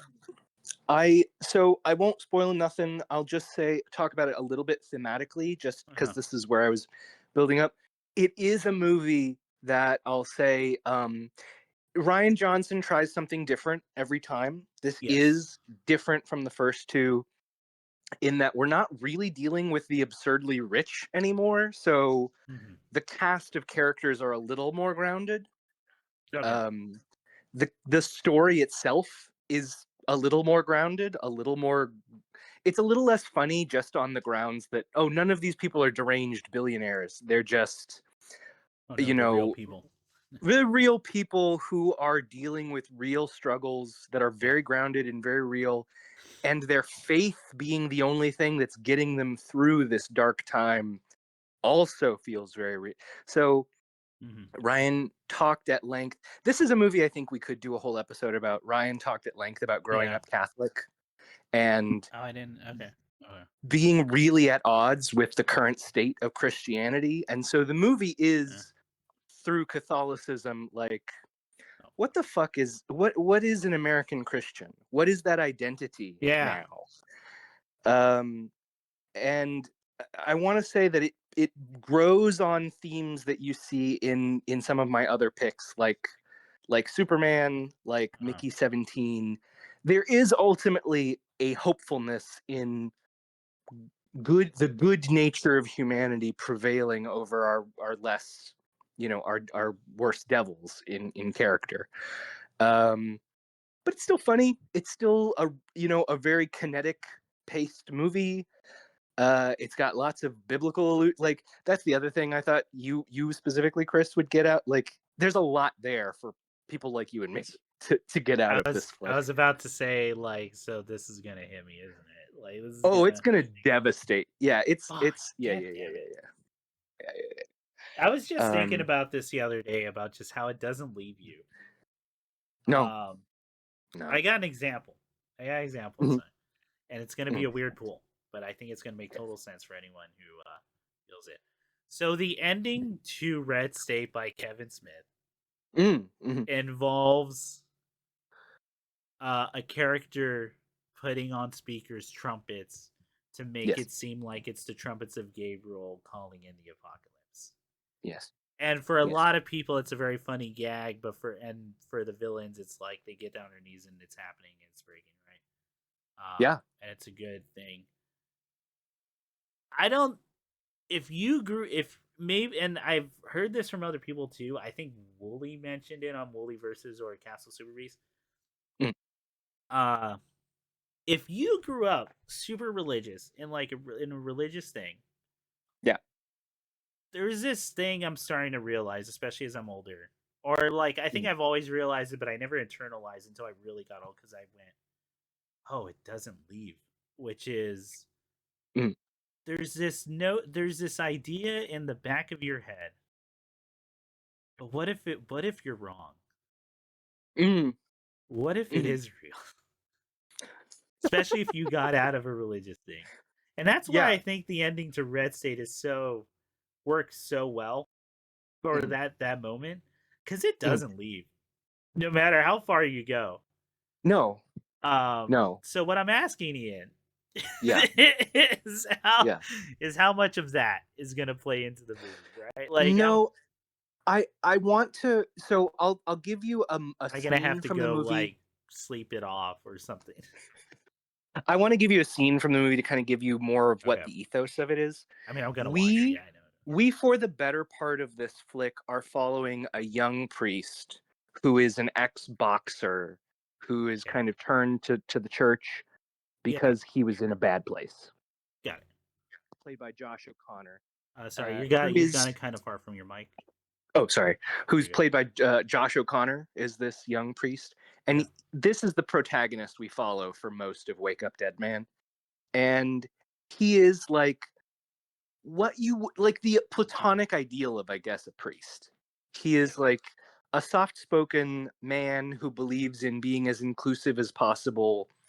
You know, we all have done things we're ashamed of and we all want to do better. Like, it's the platonic ideal, the best kind of priest you can theoretically imagine. Sure. And then you get Benoit Blanc as kind of like the out and out anti-theist, not like relentlessly logical to the point of kind of enjoying belittling these people for their faith. Yeah, okay. And then the movie we all have kind that of phase is like when we get out of it. and then the movie kind of takes the position of, actually Ben is being an asshole. You shouldn't like dig at people's one thing that makes them like feel like they can go on living is kind of shitty. Yeah. But Yeah. also these people's theology is shitty. And we have to address that also. Yeah, it's So- complicated, man. It's complicated.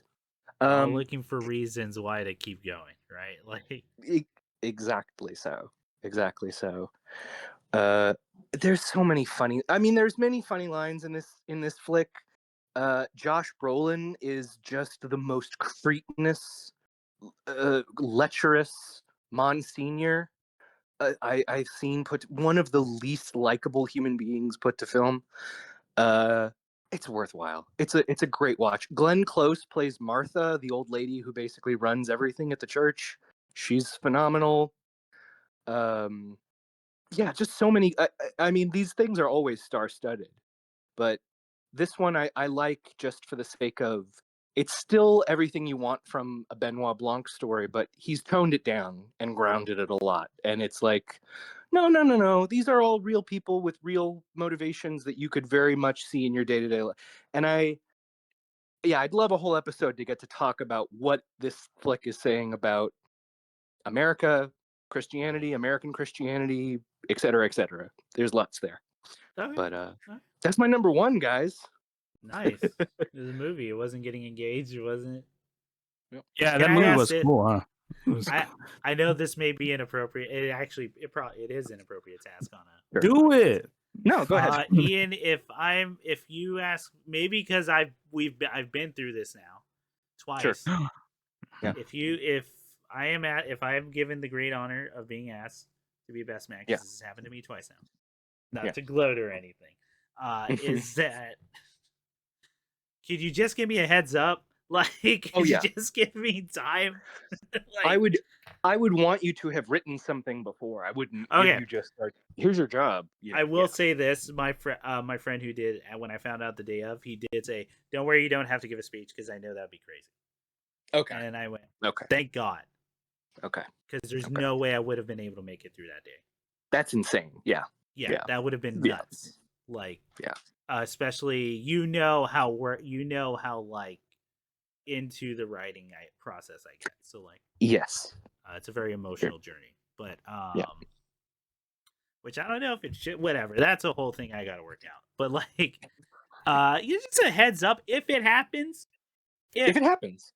If who knows? Who knows? Who knows? That's up Who's to to say? you and your partner. And I just want time. No, I That's get it. that. That's it. I Also, I'm very if bad that at planning happens- parties, so maybe figure out some. I mean, I'll do my best. Oh, I've already got that. I've already got the broad strokes planned on that. You wouldn't Got even it. have to like find a venue or nothing. I'm gonna make you do a podcast on your. Oh my god. We're here in this rented out warehouse full of streamers. Ian is dressed in party gear. He's wearing a mesh shirt. I made sure it was especially chilly to keep our voices crisp and. Oh my god. Oh man, it's like you get your straight friend to plan. You really game don't like match. UK. Like Yeah. you'd rather. Red leather, yellow leather, red leather, yellow. Are they picking And up? it's just the end Are of they the picking night. Me going, Ian, maybe I don't understand the culture. Maybe that's where I'm admitting. Oh my god. Just You know Dude, what? if You you should have- let me plan the party. It would be really funny. Oh, that would be fun. you choosing me over Chris would be the funniest thing ever. Oh yeah, That you would- think you're on that level, Nick? All right, no, yeah, this The is a real amount that it would conversation. annoy Chris would be very funny. You're not wrong. It would. It would, Nick. I would heckle you so bad. Oh, maybe that's Oh the my bit where we try to do our speeches, but we're just like doing a bit where we're heckling each other like we're really jealous. The bit is there were at least two men who wanted this position, and both are still kind of vying for it. Yeah, Yes. not knowing they didn't get it. Like, Oh my god, that's so fucking. You both give speeches, and then I introduce some third. And now my actual best man. best man I've known since I was a baby, and like, Oh my God. been there for my journey, and it's someone we never heard of. Like, Oh yeah, you know Fabian. You all met Fabian before, right? Fabian. No. Yeah. yeah. Well, he dies tonight. I guess there's gonna be a. What a! Oh, fuck, I hope sorry. he had a good journey. Like, Oh my god. all Oh. right, all right. We stalled long enough. We were way over time, so I'm gonna go. I'm just gonna. Yeah. I was gonna start with this. I'm gonna start. We know what Yes. my number one is. Yes, we Let do. me take you on a little journey. You okay? All right. There was once a child. Oh my God. I was born. I was born, and then I died, and I was Oh born my again, Oh my and god. and by that point, I was 5. So, Just say it. listen, man, listen. There was Mm-hmm. there was a movie that Yeah. I saw. Yeah. I would have to look at the date. I want to say it was 06 when it came out, and it introduced me to this director, who was also this big, kind of chubby Mexican guy who wanted to make weird, vaguely vaguely religious inspired, or like not exactly religious movies, but very much inspired by art that came from religion. Movie about superheroes who just want to do good in the world in a place where you don't fit in, and you don't quite understand. And and I didn't quite understand that really as a child. I just saw this cool stuff that really resonated with me. But thinking back, how many notes that quite hit for my life, and it would keep going in these reoccurring themes in his movies that just made me more and more go like, not only I want to make art, I love art. Like, I love experiencing all different kinds of art. I have a fascination when people make them, and this dude just I seem to be vibing on with the level. And then you would get older, and or I would get older and realize how much I resonated with like certain aspects he's always tackled, such as problems with his parents and learning certain ways to navigate that, as well as religious upbringings, as well as um, just these finding comfort in weirdly grotesque things that you kind of see the humanity of, and that becomes your thing in your work. So I grow up with all that, and also just your identity, because maybe you didn't all, maybe I didn't always, without getting too much into the weeds of everything, figuring out where my Hispanic, Chicano, Mexican, whatever name I wanted to call it at the time, played into my identity, because I used to not think it did at all. Yeah. And you know, I tackle all this stuff through it, and I'm really resonating with this filmmaker. Granted, I'm like falling in love with all different sorts of media, and so is he. So like anime, books, all this stuff. And then he does a museum that tours after being shown in Mexico, and is in Guadalajara, I think is the first place. Tours in LA. I go to see it, and it's the best museum exhibit I'd ever been to in my life. It resonates with me so hard. Every little piece, right to the big pieces, the small pieces that resonate with me. Seeing the stuff from Scary Stories to Tell in the Dark, the original art pieces. Seeing Zdzislaw Viksinski in real life, which was my favorite painter at the time, and probably still is. And God, I'm forgetting the other artist I'm seeing now, but he did stuff for like Strange Planet and everything, or Alien Planet. And seeing all this stuff and really just being like, I feel I feel like at home here. I feel kinship, weirdly enough. Probably one of the reasons I never want to meet him. It's because I think I resonate with stuff too much, and I think I would get weird. Right down to, he has a rain room, where it's just a room that replicates like rain outside, so that you can study, or like write stuff, and I was like, fuck, dude, if I had infinite money, that is something I would put in. Yeah. And then I see this quote on the wall, and it sounds so fucking, not the quote itself, but it sounds so stupid that I resonated with these words painted on an exhibit made to make you feel things. That the words are, all my life, my works are to find beauty in the grotesque. Yeah. And then it hits me. And I go, that's how I know he's a better artist than I am, and maybe ever will be. Time, because he's figured out this thing that I've been struggling with my entire life and succinctly put it into words, which is finding beauty in the grotesque. And it's the mantra of my writings before and after, whether I realize it or not. Mm-hmm. And you just want him to keep making cool shit. That's all you want. And then you hear all this stuff about like, oh, I've known he's wanted to make Frankenstein, a story, for so long, and I know exactly what his vision would be. And then you hear, oh, he's doing it. It's coming out. You're gonna watch it, and you know it's gonna be good. You know you're gonna like it. I know I'm gonna like it because I'm just gonna like whatever he puts out. And then you watch it, and you go, this is the most him thing he's ever done. Oh yeah.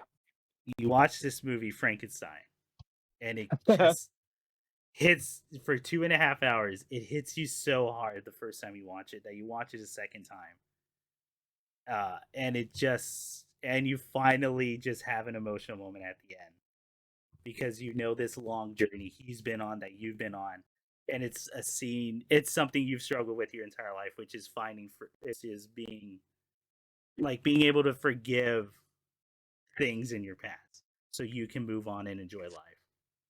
Yeah. So you've been in your life. And that's the thesis of the movie. That's the ending to the movie. And it fucks you up. It makes you want to be like, I have to keep doing art. I have to keep doing it so I can accomplish something this good. Because if he can do it, if a weirdo you resonated with this much on this weird of a level can do it, then you got to do it too. Because there's no excuse. Yeah. That's why Frankenstein's number one for me. Okay. It's the only way I think I can convey that. It's why I liked it more than my friend's fucking wedding. Wait. Which is really funny. But So, man, Frankenstein 2025 is really good. And you go watch it. Yeah. I'm with you. So okay. Fuck, man. That movie. Yeah. So every shot is gorgeous. Every shot's 10 out of 10. Every shot's the most beautiful thing I'd ever seen. It's everything I want in movies. The action's good. It has purpose, and it's not just, and it's violence shown to be like it's just this weird part of nature that you deal with, and there's not really hatred from it, but you try to avoid it still, but because you value life so much. Yeah. Oh, but you can't undervalue death. I don't know, man. I get it. Listen, I get it. It's the most Guillermo del Toro movie he's ever made, and if that doesn't resonate with you, this movie ain't gonna resonate with you. And but it did for me. It did for me and this weird kid who really liked Hellboy when he first saw Hellboy as a child. Mm-hmm. Yeah. Anyway, it's better than all the other movies. I can't wait for the 20s. But that's my movie, Frankenstein. So I don't want to interrupt anything because no, go for it, man. Okay. I was gonna add because like got nothing else. No, I was gonna say because like since we talked about in the video like both our experience watching it. I did want to add that I was joking, but I knew it was gonna be number one. I think There's also because if I didn't have the impact I had on that trip, Frankenstein would also be number one for me, but for different, similar reasons, but less personal. I will say, like, watching Frankenstein, I haven't felt that watching something together like that since Pacific Rim. And again, he's the only director who can pull off something like that. Yeah. And in a literal year of just movies with the craziest or like the hypest endings and things like that, stuff we just talk about. Frankenstein was an ending. It had a third act where I haven't felt that excited since Pacific Rim or Gurren Lagann, like that, or Fully Cooley. That level of hype, that's special. Like, and it's all that hype ending on just a human moment. Yeah, forgiveness. Very. Yeah. And like it's a specific type of forgiveness that I think like once you understand it, that scene of him letting the light bathe him is fucking just less the language of cinema is universal is the line, right? How do you say it in French? Le cinéma is universal or something. They're like, oh, le cinéma. Anyway. I know, yeah. Oh yeah. That's right. I don't care, Chris. They're French. What are they gonna do? Who are they gonna call? The UN?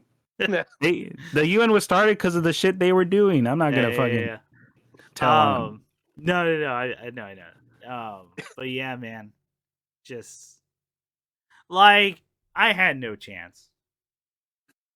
It was gonna be number one. No, I saw that because I agree with absolutely everything you've said. The shots are perfection. We said in the episode it's a culmination for him.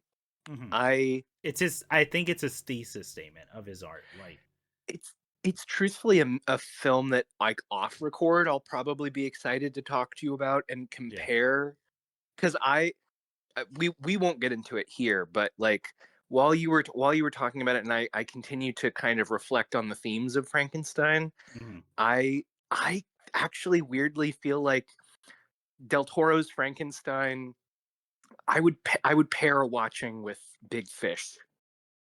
In theme, and in a director kind of reaching a zenith of their specific. I'm doing this specific thing. Yeah. Well, there you have it. I try not to get too emotional about it, but I had to like convey why Frankenstein's number one. That's the end of 2025, folks. I want to thank Ian and Nick for joining me on this podcast for another year. Well, actually, our anniversary is in October, so. Oh my god! Doing yeah. 2025, and we ended on a really good note, I think. It was. I mean, I shouldn't be the voice of reason. I shouldn't even consider myself saying that, but it's been a fucked up year for more reasons than one, and for on personal levels too. Yeah. But while I don't think you should ignore the problems at all, because they're still there and you have to deal with them and you have to figure it out, I think it's irresponsible to not also put on the level, if not more so, the positive things that you wanted that give you motivation to keep striving for better. Hell yeah. So yeah. Having said that, y'all best be fucking ready for 2025 ranked.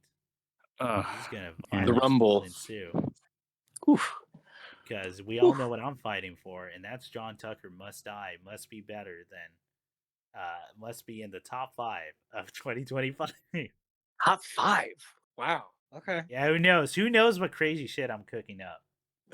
For that, we'll also be announcing the theme for 2026.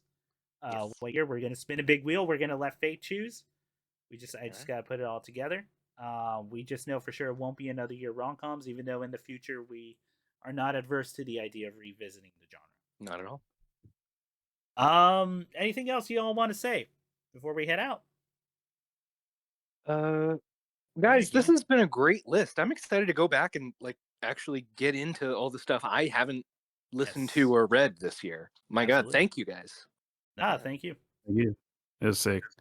It was a lot. This is like the hardest list to make, because like this year I think. Yeah. And I think we put in work too for this. Yeah. Yeah, I mean, UK, Ian, it's cool that it was a backdrop. Yes. The British were able to finally help you. Finally, they're giving back for fuck's sake, Finally, they took and they took, but now you get to. right? Finally, I Knives get Out? mine. Yeah. Knives Out is a banger trilogy, though. Yeah, actually, it is. That's also a very Ian movie, though, isn't it? So, like, all right. Sure. Well, thank you all for listening. Go tell your friends to click like, subscribe. You click like, subscribe, or not. Fucking do whatever. Enjoy your year. Enjoy your Christmas end and so forth. Bye. Yes. Bye.